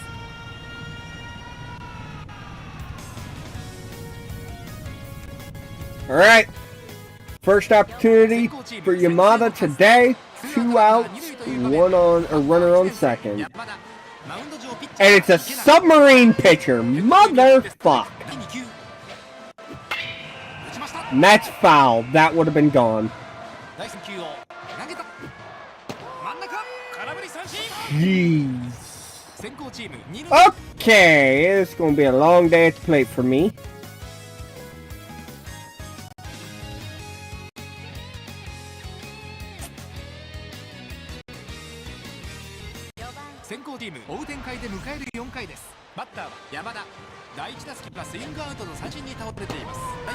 Change ups.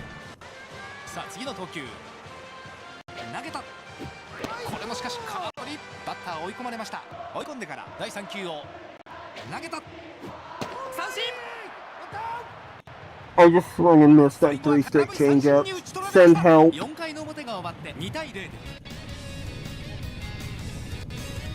Oda hit a solo shot for us, though. Alright, this game ain't over.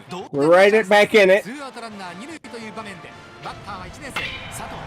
That's a rip from Sato. That's an RBI. Come on, Sato. Hustle. That's a stand-up double for Ayumu Sato. Tie ball game. Watanabe! Back-to-back doubles. Leg that out. Come on.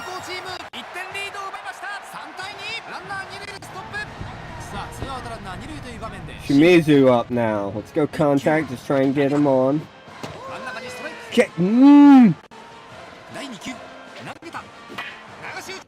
Ah, right to the first baseman. Damn it. Okay. It's alright.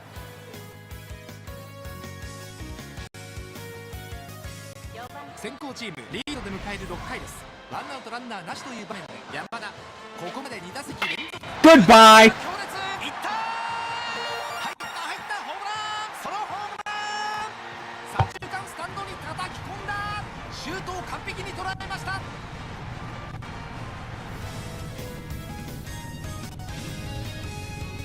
No kidding.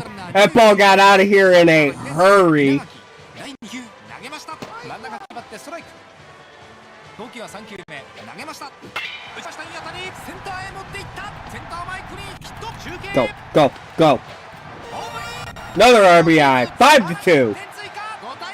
Jesus. Yeah, that one did get out of here in a hurry. God damn.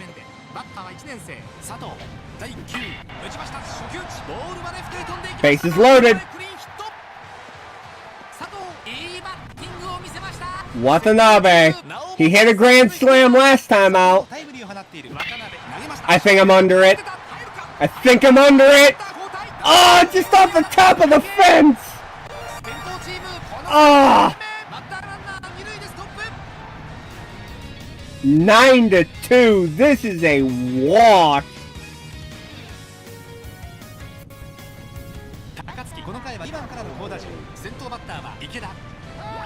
Terada is entirely gassed. Let's go to Igarashi. Let's also make some defensive subs here, so that way some other guys can get some game time. Let's go Sato at third. Let's go... Narita's going to be playing for him here soon anyway. Let's go for Narita over Ishimoto. And that's all I think I'm gonna do.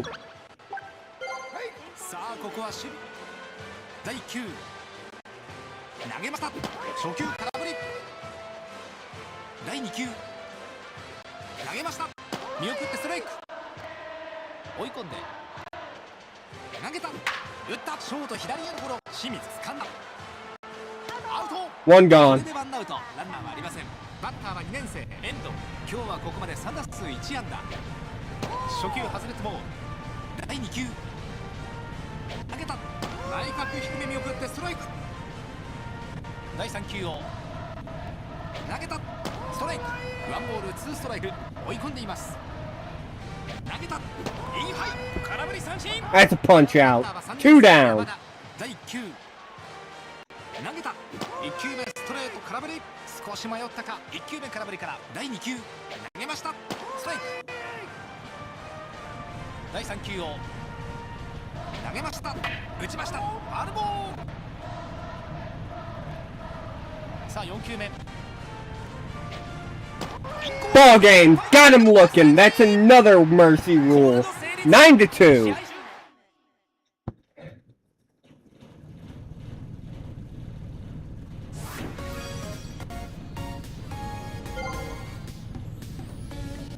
Yamada and Oda each had a blast.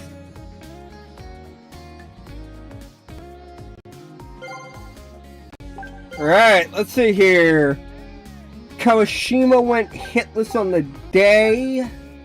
Inagaki 3 for 4 though. Watanabe with 2 doubles and 3 RBIs is a solid day. Yeah, honestly, I really can't complain too much. Everyone played pretty well.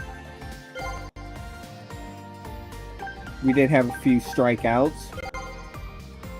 Terada went 90 pitches through 6 innings, 9 hits and no Ks, 1 walk. Not his best day ever. Gave up their 2 runs, but Igarashi came in and shut it down. Let's see here. Looks like most of the hits Terada gave up were on his fastball again. And then Igarashi didn't give up anything. We saw that.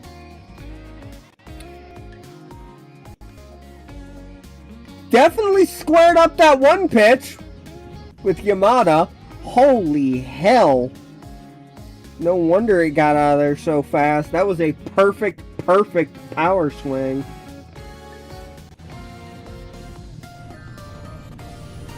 Honestly, can't complain.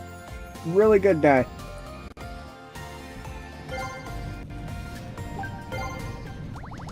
That's another good win for us. Everyone gets a bit more pumps. It gets a bit more in the way of XP.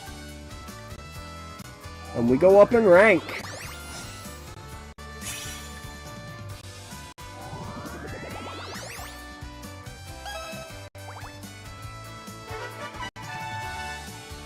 We are now fairly good reputation.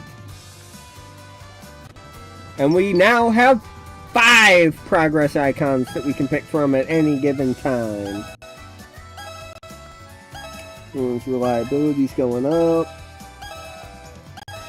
We got 500 points. She praised Terada Senpai, who got super excited. He's in max mood state. Our ground level looks improved. Yeah, plain white clay. We're up to 5 ground level. And now, I can show off the scrapbook. As you can see, there is our first ever official win in competition. That 11-1 win we had. And we have a training ticket. We got ourselves a batting machine. That boosted us by 4 ground level up to level 9. I guess we'll take long throw.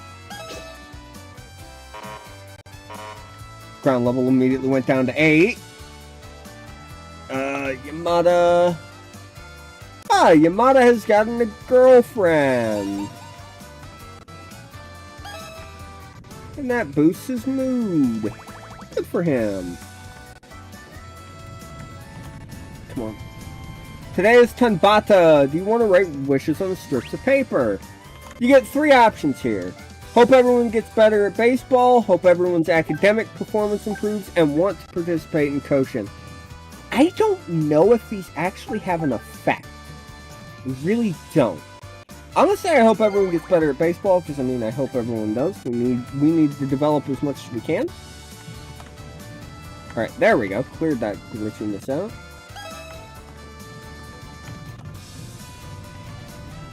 Oh, yeah. Practice XP went up. And we got another newspaper clipping from that win. So, yep, there's our 9-2 win. Let's go ahead and do some breaking ball training so they get a day of rest before our next game.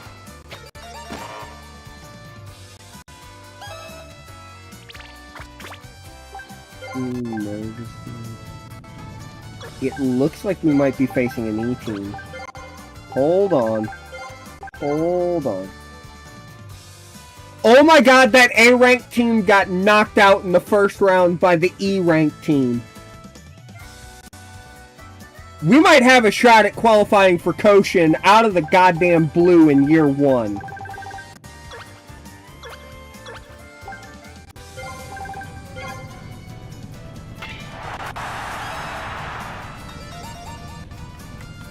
So we went ahead and studied some tape, went to some games, studied tape. Practice efficiency improves a little, everyone's fatigue recovers a bit. Alright, who we playing? Miwa High School, considered a weak team. It shouldn't be underestimated, but we got this. Yamada, Shimizu, Sato. I'm going to be taking Yamada. He's our guy. Mukiyama needs to come out again.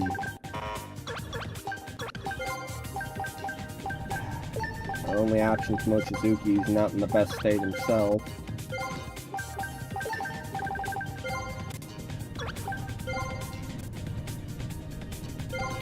Alright. Let's do this.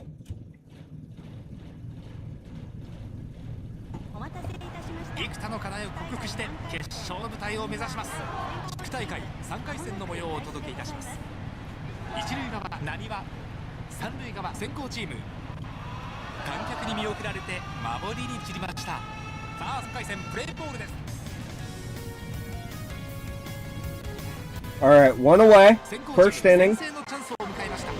Runners on first and second. That's gone. First pitch swinging. 3-run shot for Yamada. 127-meter blast. Goodbye, baseball.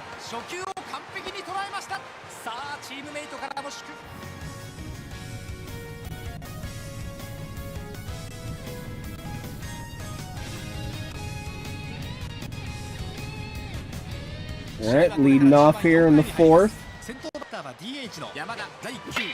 Is that another one? Goodbye, baseball.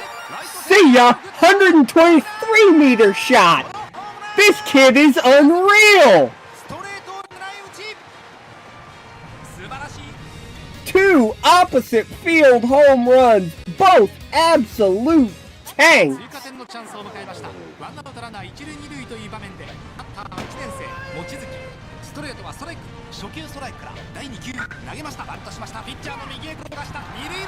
Oh, error! Error! He fucked up! The pitcher fucked up! The bunt worked! Let's go! Pitchers are not athletes!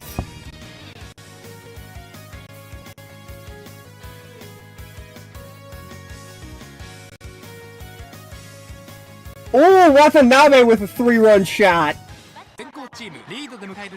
Their pitcher is out of it.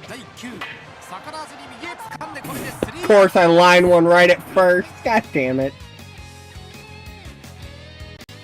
Ishimoto with a 2-run shot. It is 12-1. This is a dog walking. You know what? Let's get some people in here.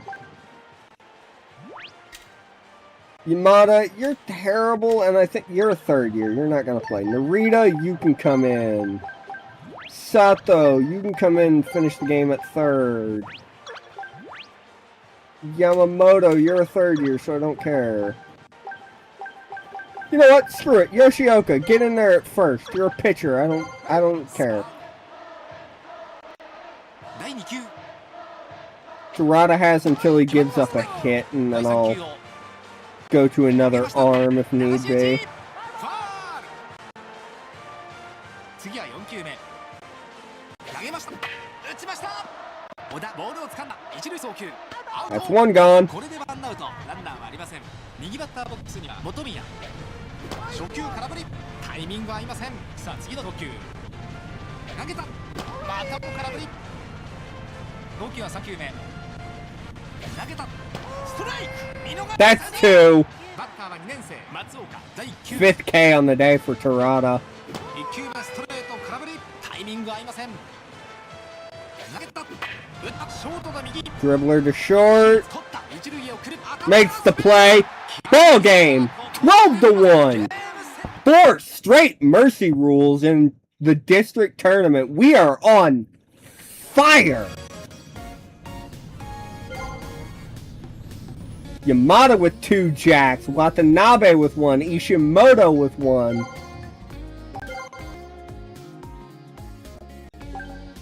No one goes hitless on the day except for Mochizuki. But it looks like I believe that's a fielder's choice, or is that an error? Loss of energy. I don't know. Loss of energy? My guess would be that's a sack bunt. Ah! Thank you. I would have never guessed that from what my phone translated it as. 3 walks allowed, 5 Ks, 99 pitches over 7 innings. What a day for Terada. Absolutely peppering the edges of the zone. Almost all Ks came on the fastball on the right-hand side. Only hits given up were ones that kind of ended up in the middle. Really good day. Did not need to hit back. Damn near 50% power swing usage. We were aiming to take the cover off that ball. Love to see it.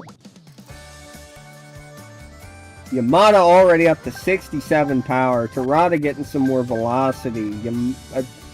Everyone's just getting better. I know I'm not subbing in a lot of guys, but I don't have a lot of rotational depth yet. I haven't gotten to recruit. Hell, I don't know if I will get to recruit tonight. I might end the stream after we get knocked out. We'll call that episode 1. Rita with some boost. Okay, let's do some base running. What's this with Inagaki? Working hard on his own even after practice. Looks promising. So, that is... Come on. Yeah! Got some more arm strength, and that's another newspaper cutout for us. Let's do some throwing training now. Mochizuki got one better pepper arm. Hey! Our scrapbook grows. Let's do the mental training here.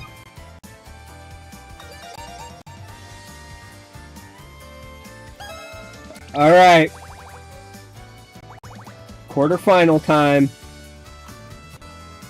We're facing Minami Kita High. They are considered a mid-level team, and they are higher ranked than us. Shimizu, Ishimoto, Inagaki. Ugh. I'll take Ishimoto, try and use that trajectory to my advantage and just hit some tanks. A lot of not great moods here.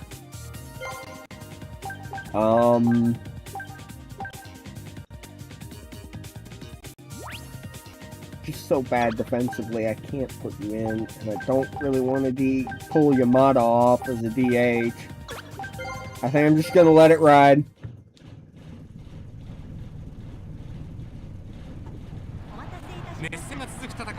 Alright. Ow. 準々決勝の模様をお届けいたします。一塁側高校チーム、三塁側南。甲子園大会へ向けいよいよ正念場を迎えました。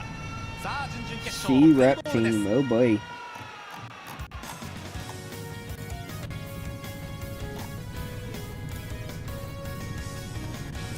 I don't like that we're already down 1-0, to be honest with you.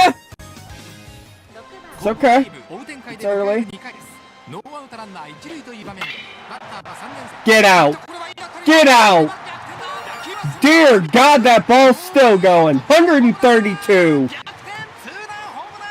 Give me that lead right back, baby.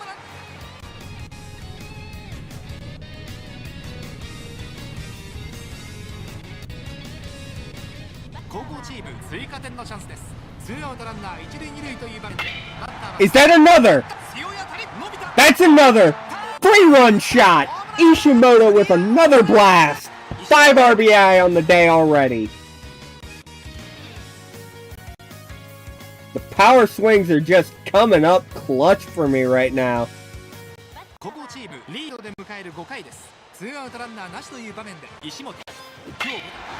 Solo shot. That's 3. 138 meters. Oh my God, that's a tank.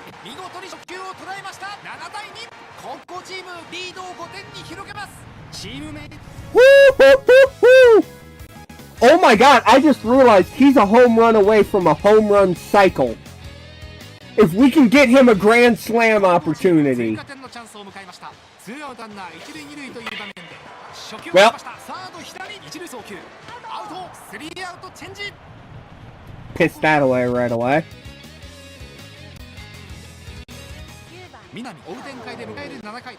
Dorada's tired, but this guy's not good against lefties or with runners in scoring position. Let's at least try and get the out here.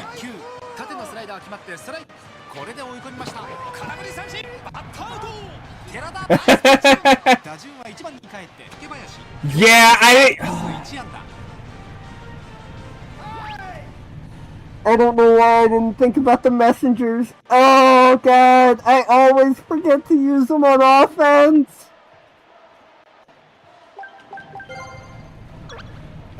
Messengers is which one here? Because I don't know this version of the clause. It is this one. Let's see here. That is pitcher stats, I believe. Pitcher performance improved from 1AB. That's for the inning. Is there one for stamina? That's for stamina. Greatly restores stamina. Lasts until the end of the match. Yamamoto, get out there. Fire Terada up and help him shut this game down. Immediately throws a mistake pitch.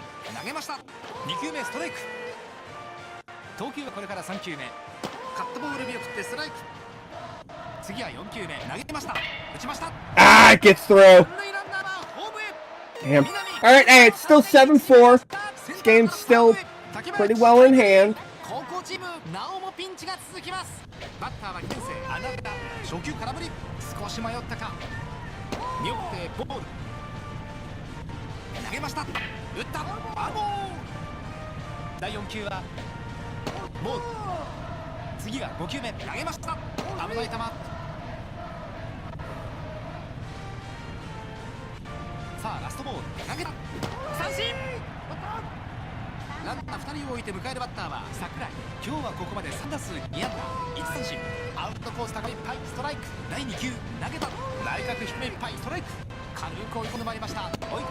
Got him!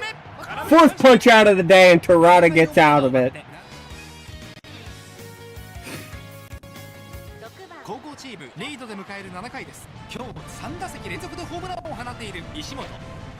I ain't swinging at that junk. Ah, I should have just laid off that. Damn. Oh well, still, 3 home runs for 6 RBI is insane work. Ishimoto has had a monster day.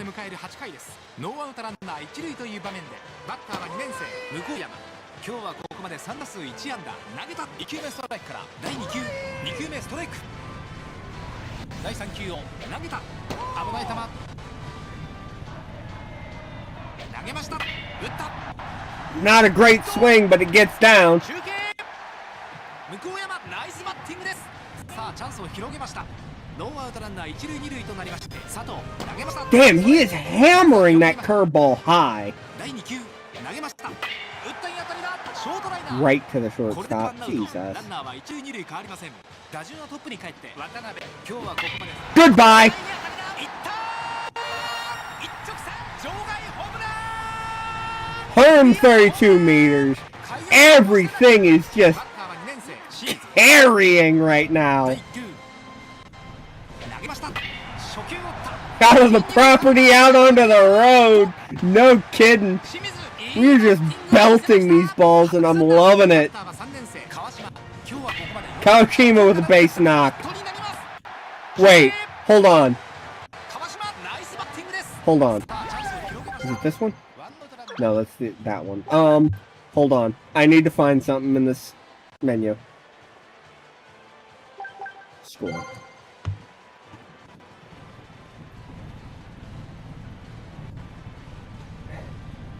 Do we try and get cheesy and extend the inning long enough that Ishimoto gets his grand slam opportunity? I think I have to. I think we gotta go for the home run cycle just because it would be cool. 投げました。初球見送ってストライク。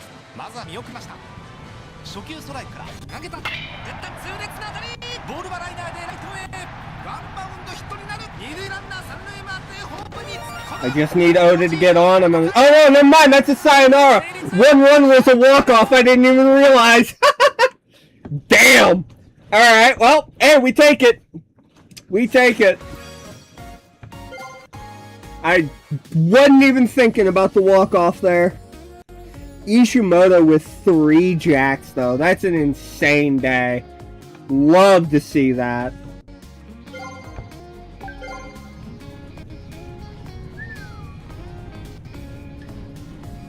Kawashima struck out twice. But, I mean, when that's like the most notable bad day, I can't complain. Everyone was playing well. 126 pitches, 8 innings for Terada.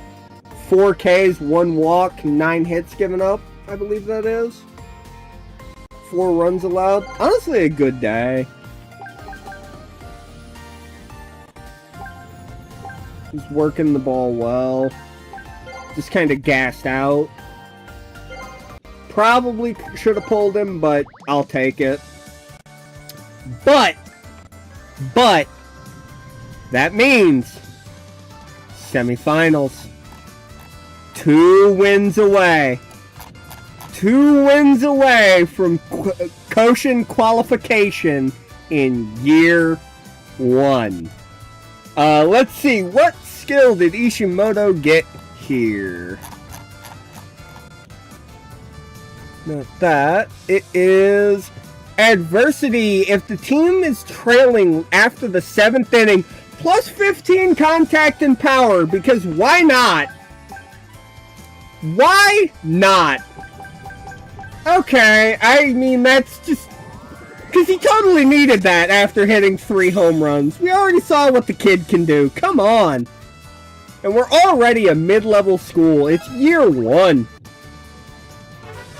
That's going to increase our number of cards that we can pick from up to 6. Everyone's getting their big boosts. It's another 500 points. The budget increase, so we got a field upgrade. High quality white clay up to 11 feet training ground. Have no real choice but to use the 5 here, because we don't want any negative events.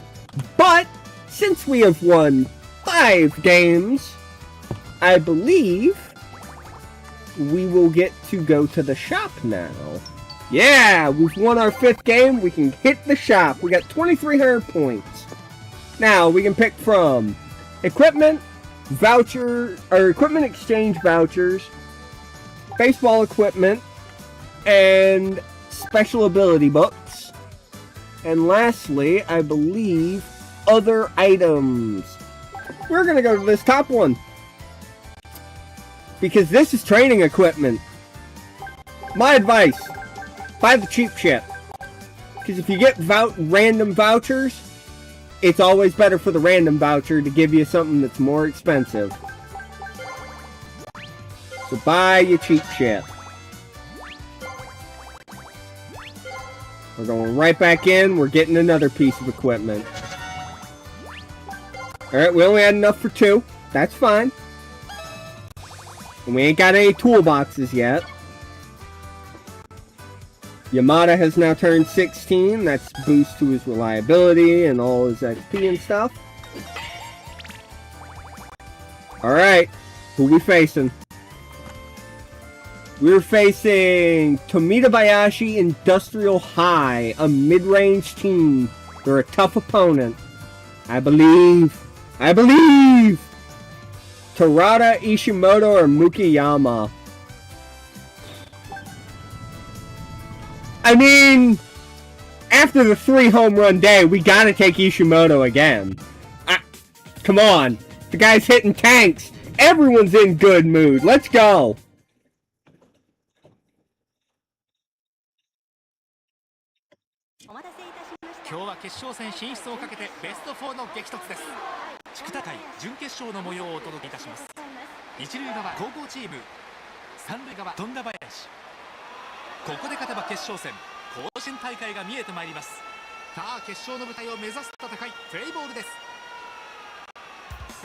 Here we go.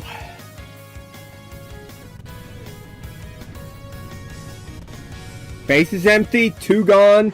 Ishimoto up in a 0-0 game.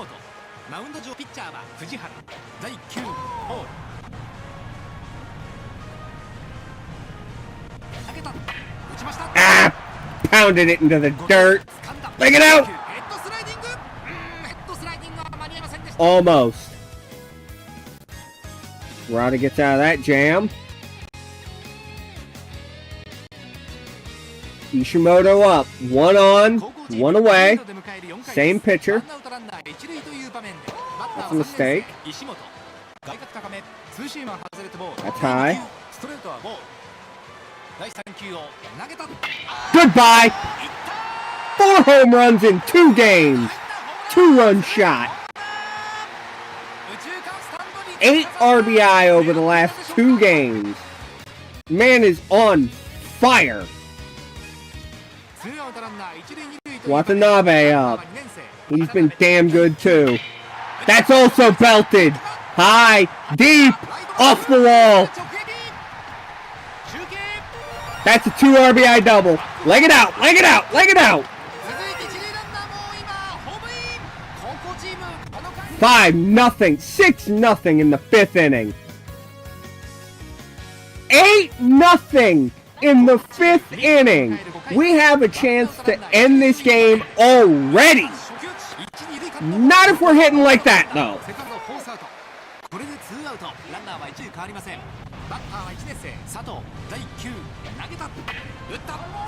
Fuck.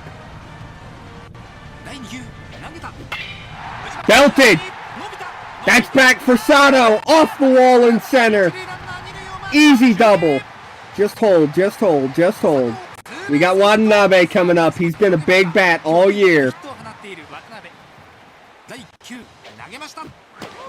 Not if I'm swinging like that. Belted. High. Deep. At the track. Down again. Walk off. 10-0 in the 5th inning. We are in the district finals. Let's go.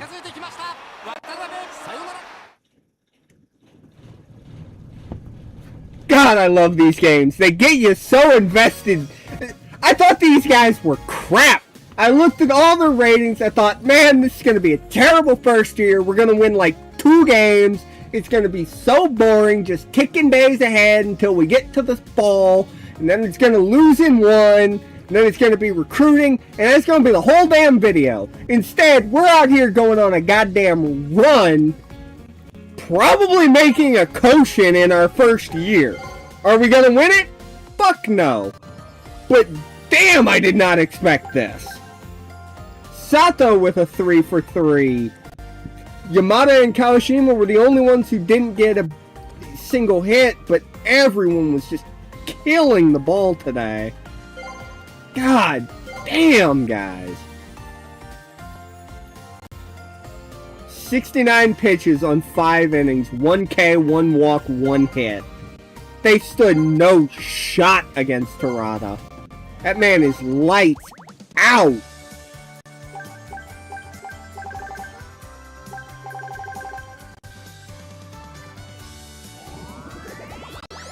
Ugh.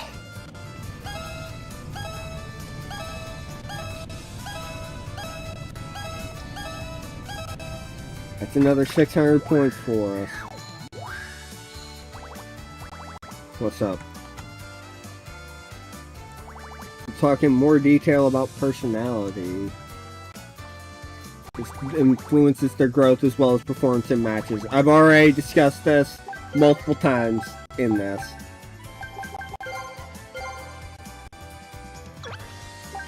So, let's see. How's everyone doing stamina-wise? Everyone... No one's fatigued!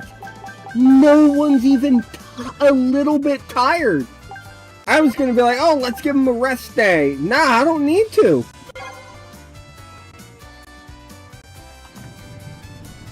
We watched Toyonaka Gaku in high school's practice session. Everyone seemed to learn a lot. This might come in handy during a match. Everyone's practice efficiency improved slightly. Things are now progressing more favorably. What's this about Mochizuki? He keeps praising everyone, boosting everyone's spirits. We take that. Another newspaper clipping. Let's get some training in now that we got the batting machine. Yamamoto's a year older. Alright. Who we facing in the district finals? Toyonaka Gakuen High, a mid-level team.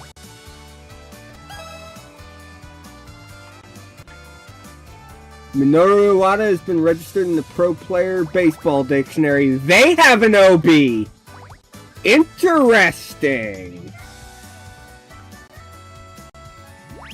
We gotta take Yamada. That's our guy. I don't trust myself to pitch in these games, typically. And I feel like if I play as Terada, I'm gonna end up blowing the game and costing us. I would much rather the AI take it. Alright. Let's do this. 甲子園への切符をかけた決勝戦の模様をお送りいたします。一塁側高校チーム、三塁側豊中。ご覧のスターティングオーダー、経験豊富なメンバーが揃っています。They're a B-rated school. Oh boy! We already scored a run. バッターは山田、マウンド上は佐々木。第9インコース、ストレートは外れボール。第9投げました。直球決まってストライク。 Damn, that fastball is coming in quick. 外れたボール。 At least compared to the teams we faced. 投げました。打ちました。 Dribbler, run it out, run it out, run it out, run it out! 一塁をくる。Ah! 気迫を見せましたが、ここは。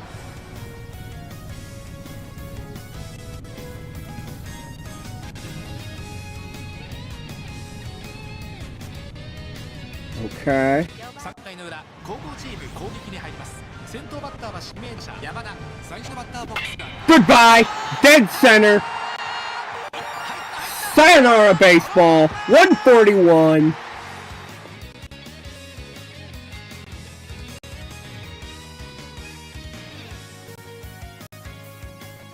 Yamada's up again. This time with a runner on. Same pitcher.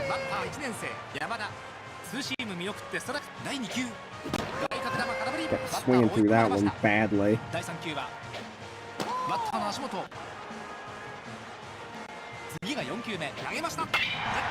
That's a gap shot. That's getting bit down. That's a big one. I don't trust Shimizu to score, even though that is deep. Taiga Oda. And I pop one right over the pitcher's head. Damn it. Alright. Ishimoto. Deck.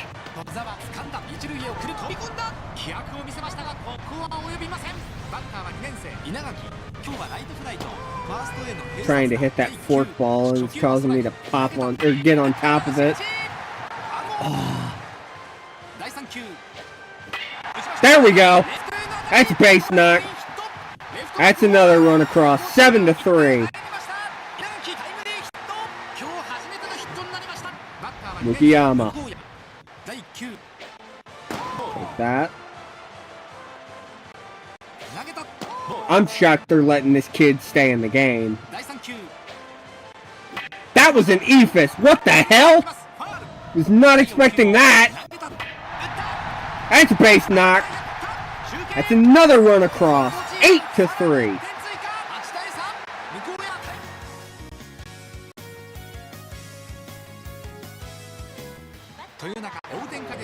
Kurata's done. Well, wait.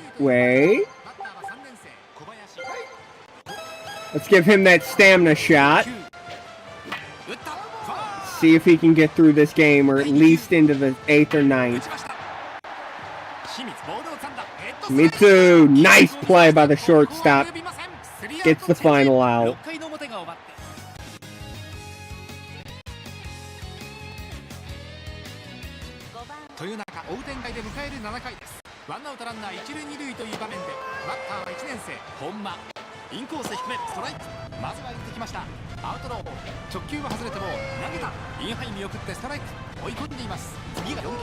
Oh, give me that one, Blue. Still got him anyway.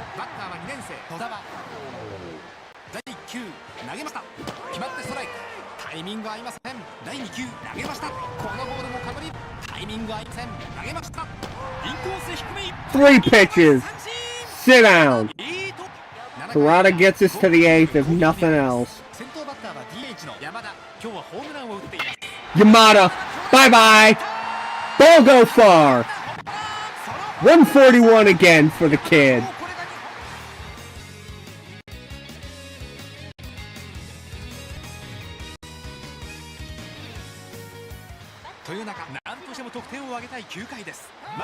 Kurata, I love you, brother. You've done an incredible job. Let's get Igarashi in there and shut them down. Alright, messengers. Do I have one that will boost?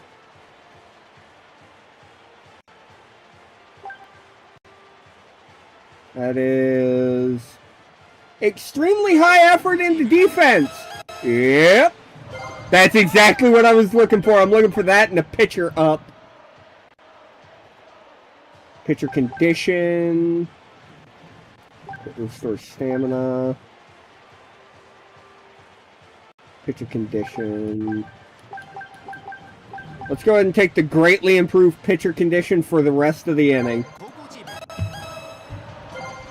Alright.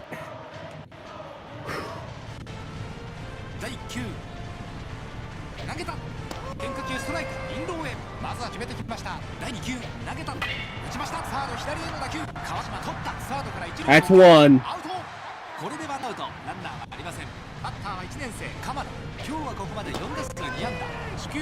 Looking like an idiot swinging at that thing.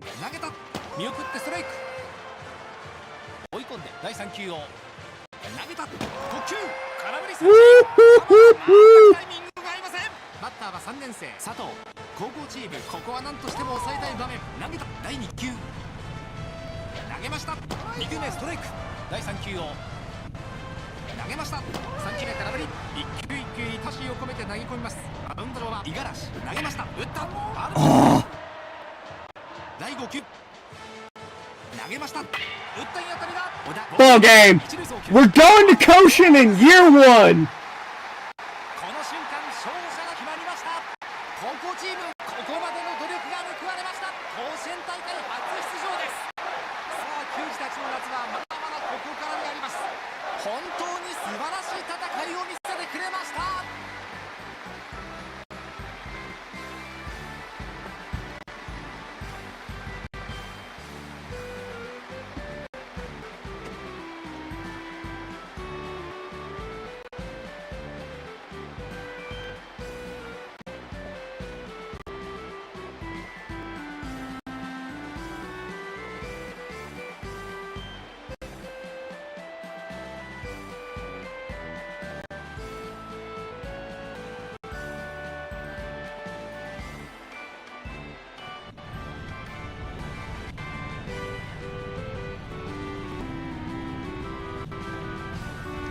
Let's go, boys. Let's freaking go.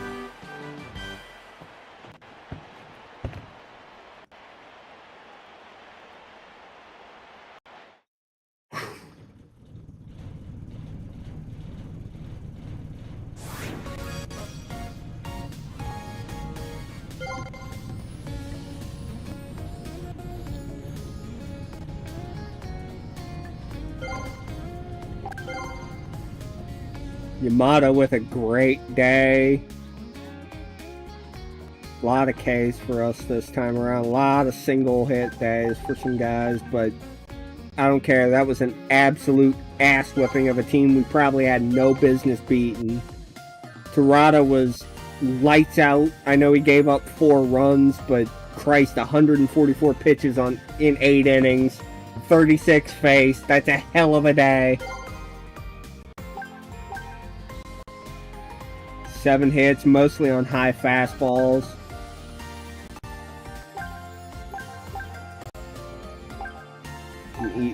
Igarashi was literally lights out. No one even touched him. Alright. I can't believe we friggin' did it! We're going to Summer Koshin, baby! Woo!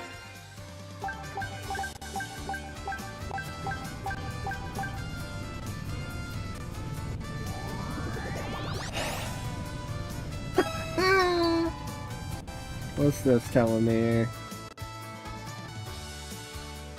Investigation of high schools that didn't participate in Koshin has been reset. Okay.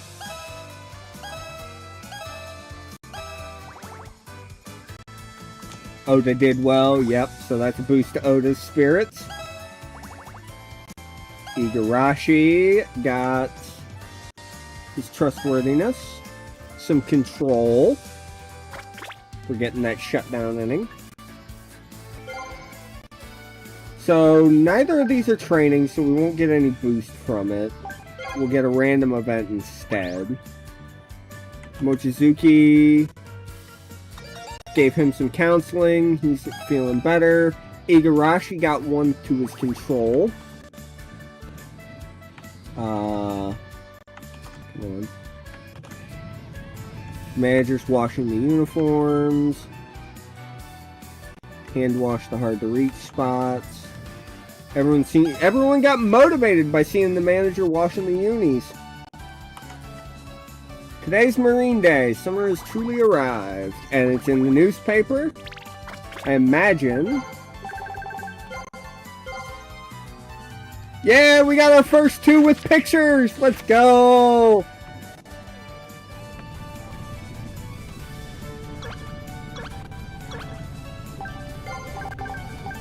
Alright, let's get us to this training camp. What's up? You're on summer vacation.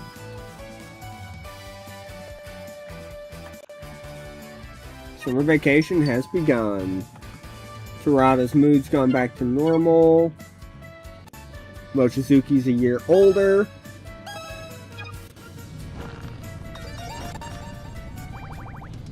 Alright. Training camp time. Now, I can actually explain training camps. So, this is our first one. Oh, we got a free voucher for some equipment from the principal. Cool, let's pop that and then I'll explain training camps. And let's pop our other ones that I forgot to use. We're up to ground level 20.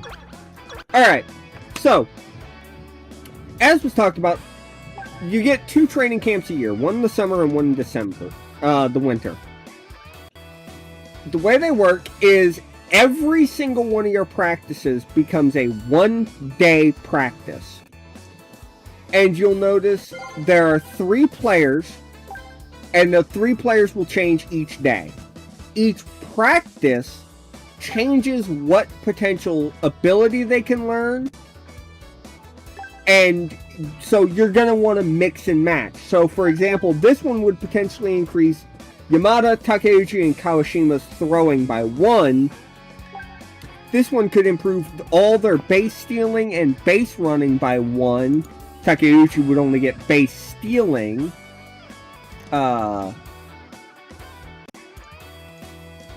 and would get him and Yamada at least would get what here? I should know this one. Head first slide. So either into first base with, they do not have that. It'd be second, third, or home.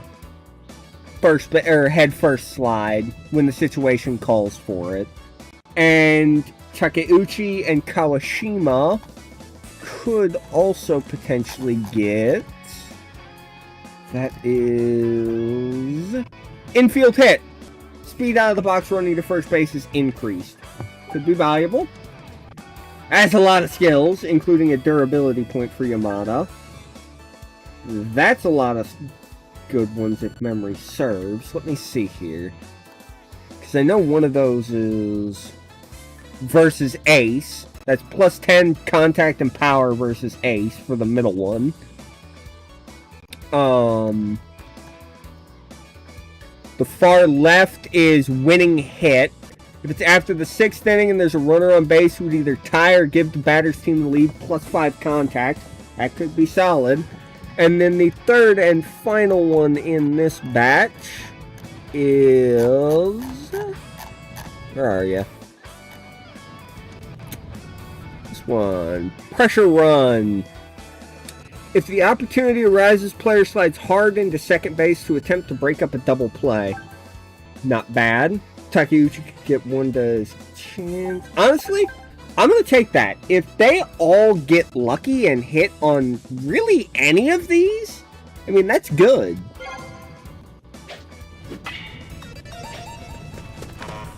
Everyone got tired. Does not look like anyone got anything. So, Inagaki, Yamada, and Takeuchi.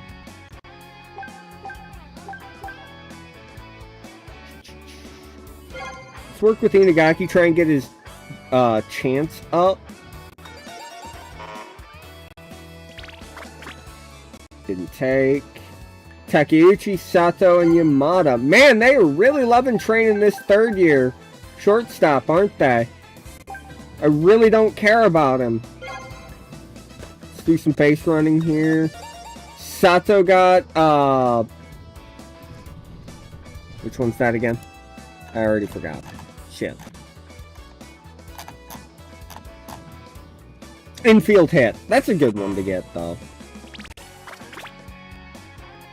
Sato, Oda, and Narita.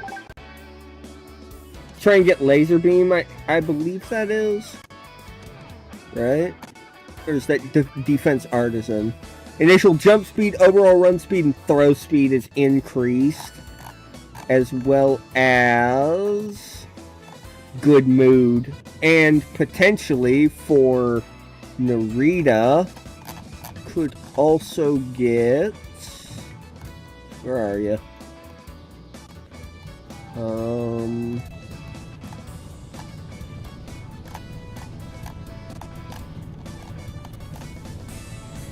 I don't see that one. That one might be new and might not be in this list. Oh, it's home defense. It's a catcher-specific ability. Honestly, let's go for it. Narita got defensive artisan. That's good. Sato got defensive artisan. Sato got good mood. Okay. Sato, and Yamamoto. Ooh, hold on. That's a gold for Ayumu Sato, excuse me. Wait a second. Which one is that? It's not outside hitter.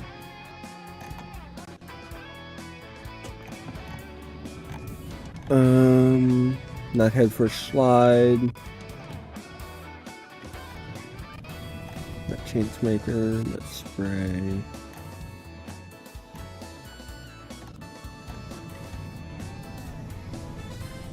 Not ball hitter.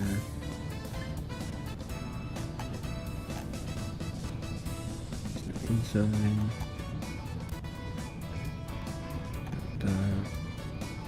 I don't know. Hold on. What are you here? Oh, that's gold intimidation. Ooh. Yeah, we're going for that. He just got intimidation. Okay. What happened with Watanabe here? Seems to be having a really hard time practicing. What should we do?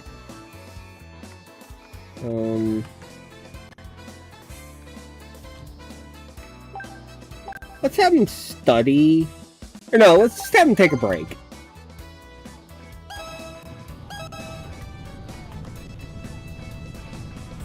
His fatigue came back a bit. That's good. Training camp's over. Okay. Let's work on the breaking balls. Our pitchers need work.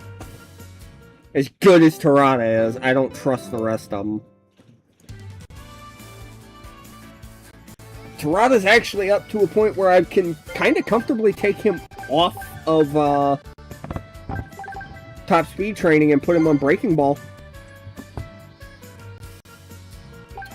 I'm gonna get him working on that vertical breaking pitch. I think it's a vertical slider, because it's been killer for me. Yoshioka I've not even used.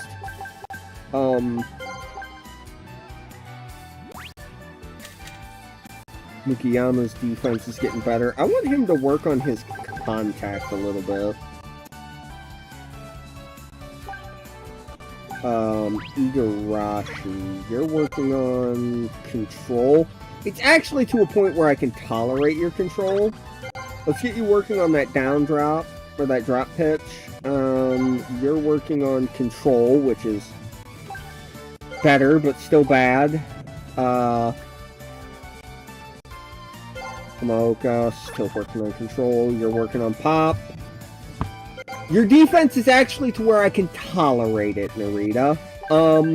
Let's get you some power.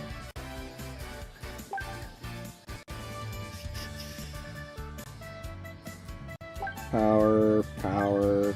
Takeuchi got his trajectory up to 3, so power. Man, can you tell we like hitting home runs? I don't think this is gonna last, but I love it for right now.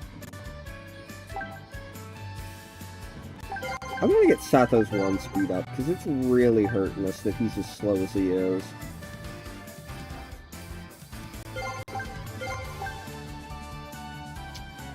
Nagaki's getting there. Hey, look! Our outfield's not completely slow anymore! They're getting there! They're actually developing some legs! Good!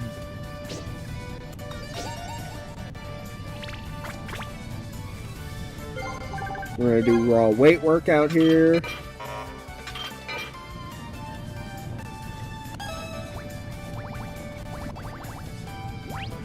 Alright. Koshin draw time. Oh god. Alright. Someone pick a number 1 to 4.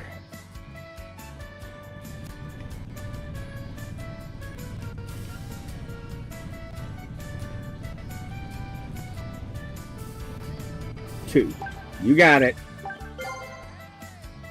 That is 5. That's an A-rated school. Okay. We got this.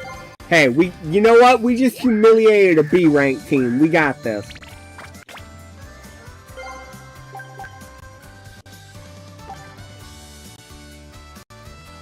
We need to land on that rest day, though.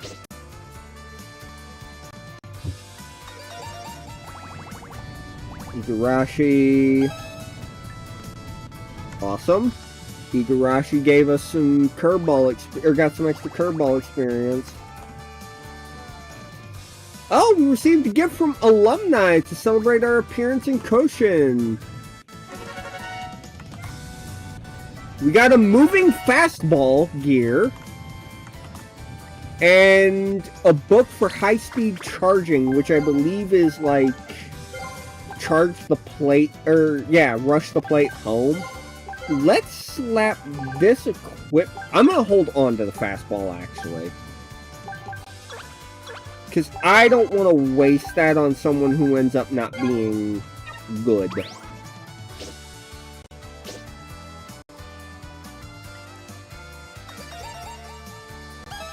You're gonna take your rest day.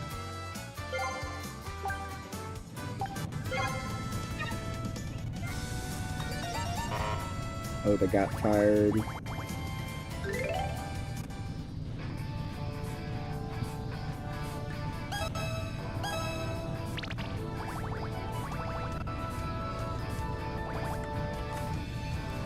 We were facing Komatsu Gakuen High from Ishikawa Prefecture, a prestigious school. They're a considerably higher ranked team. Oh no!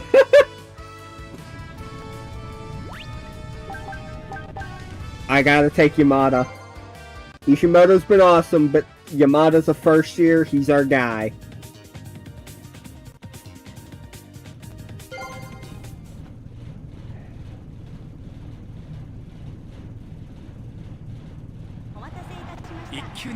Yeah, honestly. But here's the thing. I don't mind being a one and done. I expected to win maybe 2 games in districts. The fact we're even here is breaking my brain. Okay, they actually have dropped down to a B rating. We might have a shot here. We did just knock off a B. We've got a runner on third. 2 gone. Testudo Yamada. Goodbye! 2-run shot! That's how you start the game off.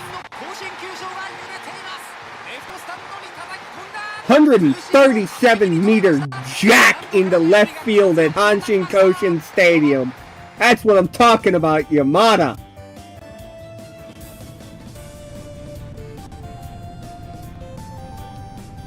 Runner on first.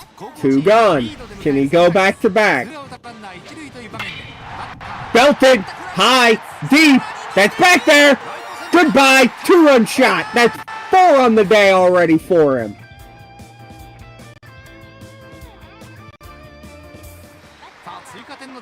Junpei Inagaki up now. Runner on second. No one gone. Base hit. That's gonna find the gap in the outfield. That's a double. That's a fucking ground ball double.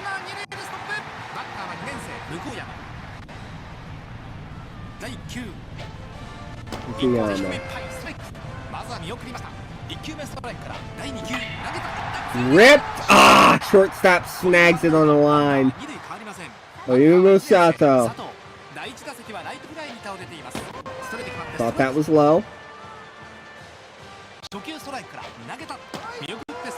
Didn't read that well. And I just fanned like a motherfucker. Watanabe.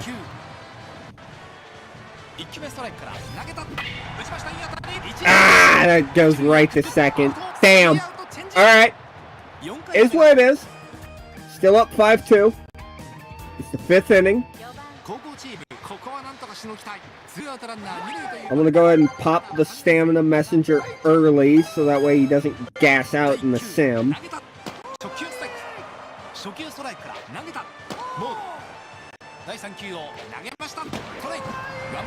Pound those edges. Pound those edges. Sit down! Got him looking! That's the first of the day for Terada. Yamada up. 2 outs. No one on this time. Can he hit a third of the day? No, and that one is gonna be beat out for an infield single. Ishimoto, you've been clutch all year. Goodbye. 3-run shot. Right center field. 136-meter bomb. 9-2. This is a dismantling. Okay, Terada, you're starting to scare me a little bit, buddy.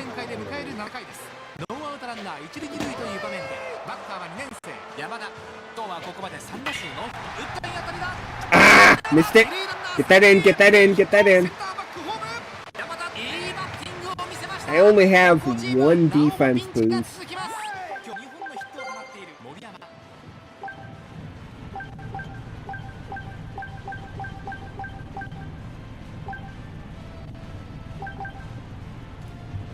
This greatly boosts his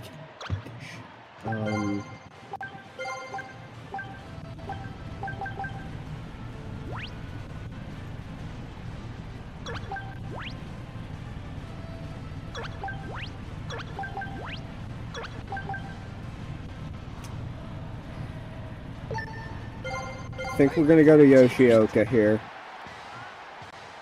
Holy hell, you weren't kidding! 17 jacks! Woo-wee! Sinking two-seamer is nasty. Shit! Shit! Shit! Got there!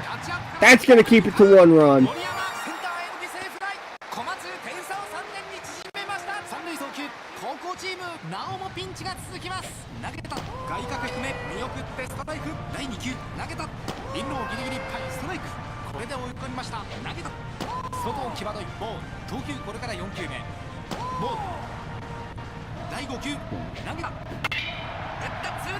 That's gonna get down. That's gonna be multiple runs. That's gonna make this a 1-run ball game. Okay, this went from a dismantling to a nerve-wracking game real fucking fast.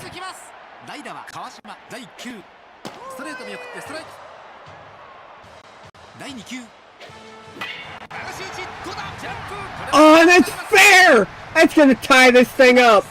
Alright, well, it's right back to 0-0 effectively. Son of a bitch!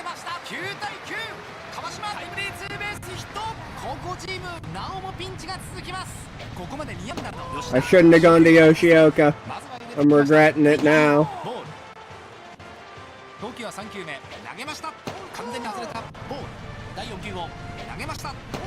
I can't find the zone now, too.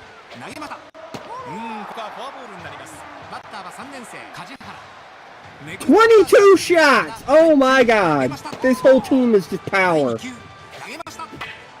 Pop up, infield fly. Okay. Oh no! That's a 3-run shot. 12-9. And the inning's still not over. Please, just get out the inning. I cannot make it so Igarashi has to go 3 innings. I cannot. I do not trust the rest of my pitching staff. Son of a bitch, that's gonna get down. Oh my god.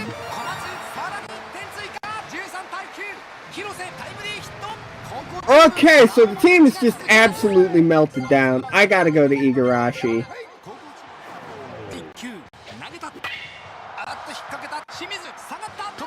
Immediately 1 pitch gets out of it. We're down by 4 in the 7th inning. We got blanked. Not even a single base runner. Fuck.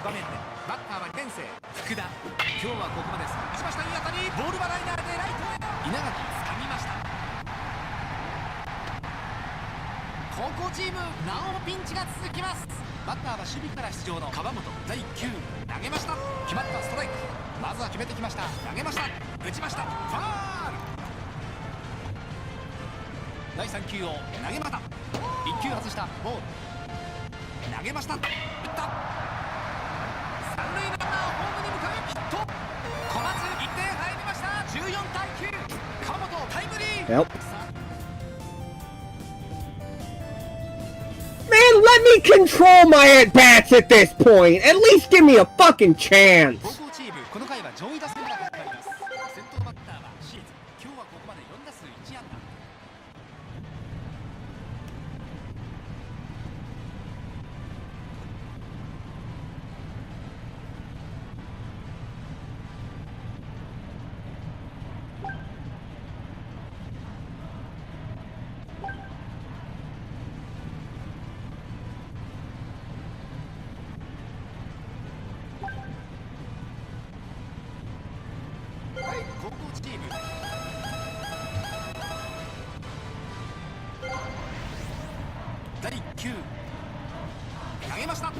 球空振り Jesus, that was coming in quick.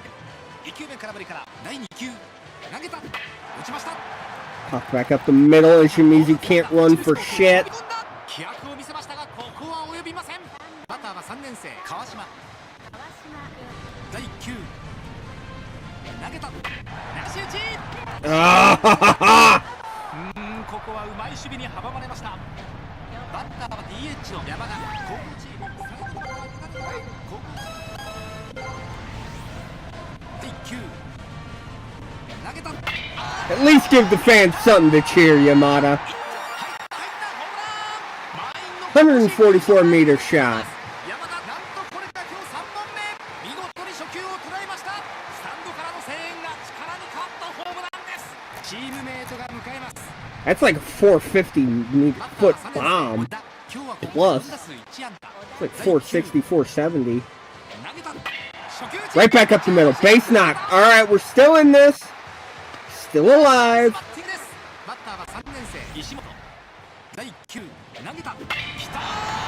2-run shot. Hold on. Can the cardiac kids pull it off? 第1球投げましたアウトコース低め外れてボール第2球投げました打った Nope, that's game. Damn it! Oh, if I wasn't on top of that. One and done in Summer Koshin. But man, what a squad this team was. I never would have thought we'd have got here when I was looking at this team, what, 2 hours ago? I never would have thought we got to this point. Insane season. I can't even be mad. I really can't. If this is what Yamada's gonna do for the rest of his time here, nuts. I believe this is asking me if I want this to be my online tournament team. No. I will say, I will upload this team as soon as the game lets me connect to the goddamn servers. That team will be uploaded. I will DM you the share code, so if you want them on your game when your Switch copy arrives, you can grab them. We got some soil from Koshin Stadium. It's time to pick a new captain as the third years have retired. Watanabe, Shimizu, or Inagaki? I think it's got to be Watanabe. 457 average, 3 home runs, and 21 RBIs as the leadoff first baseman of all positions. The guy's been phenomenal.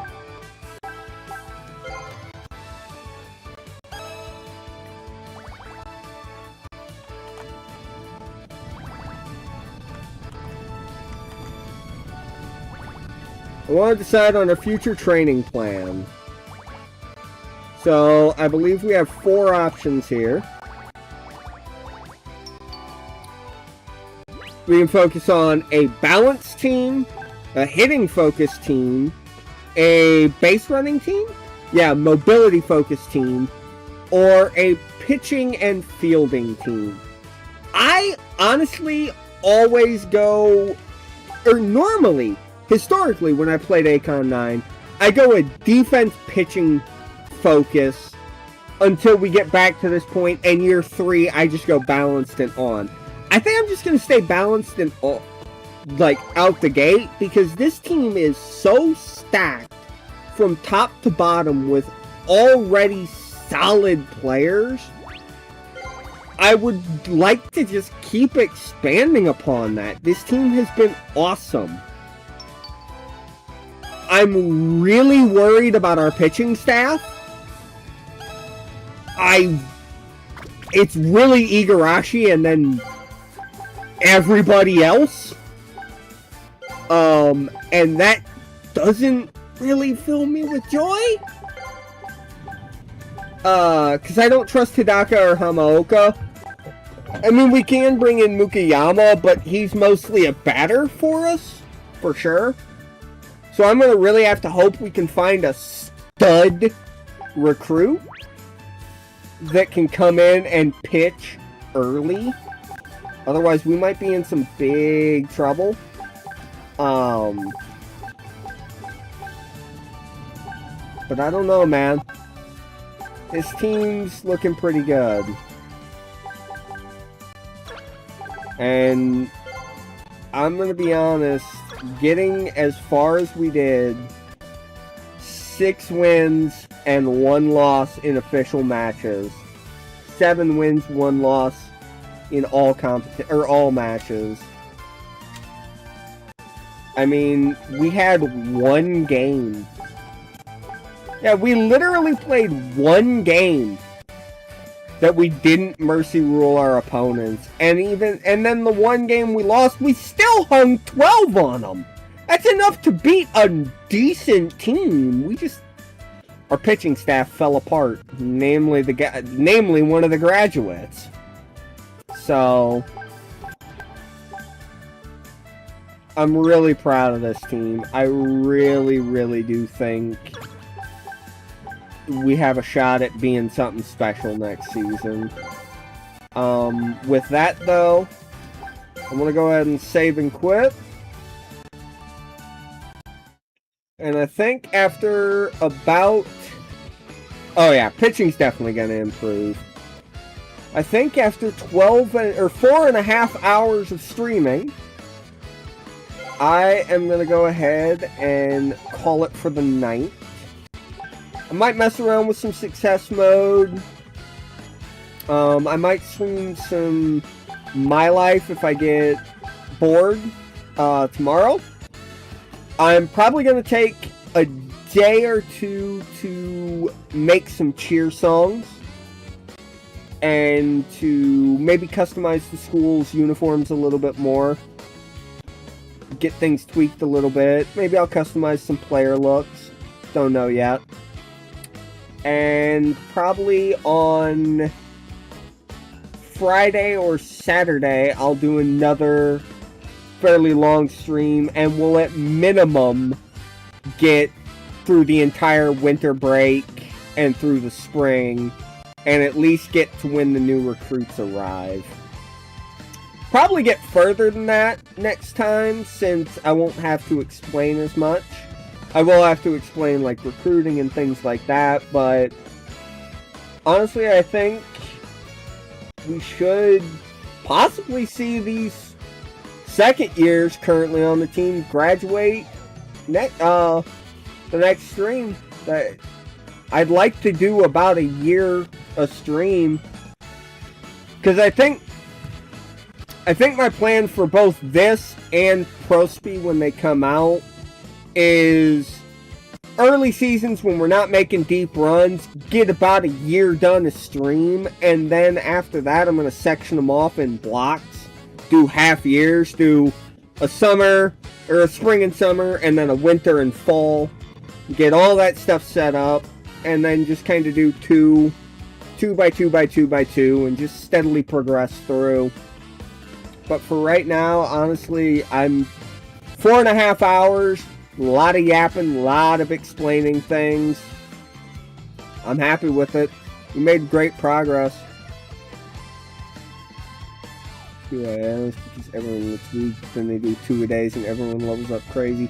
Yeah, no, that's true. Like, I'm really interested to see how we bump up with the winter training camp, because I think it's twice as long in this game as the summer one is. I know in Pro Yaku it's very long, and you get a huge bump. Because I remember there's been times where I'm like, oh man, my team's so depleted. We're like a 400 rated team, and then we get through winter, and it's like, oh, we're like a 7, or like we're a 4,000 rated team, and then we get through the winter, and it's like, oh, We're back up to 7K. What happened? How did everyone double their star rating? Okay, guess we go. But I think with that, I'm going to go ahead and sign off and get working on some cheer songs and get some stuff prepped for the next stream. Hope everyone has a good night. I will, like I said, probably pop back on either Friday or Saturday. So, see ya.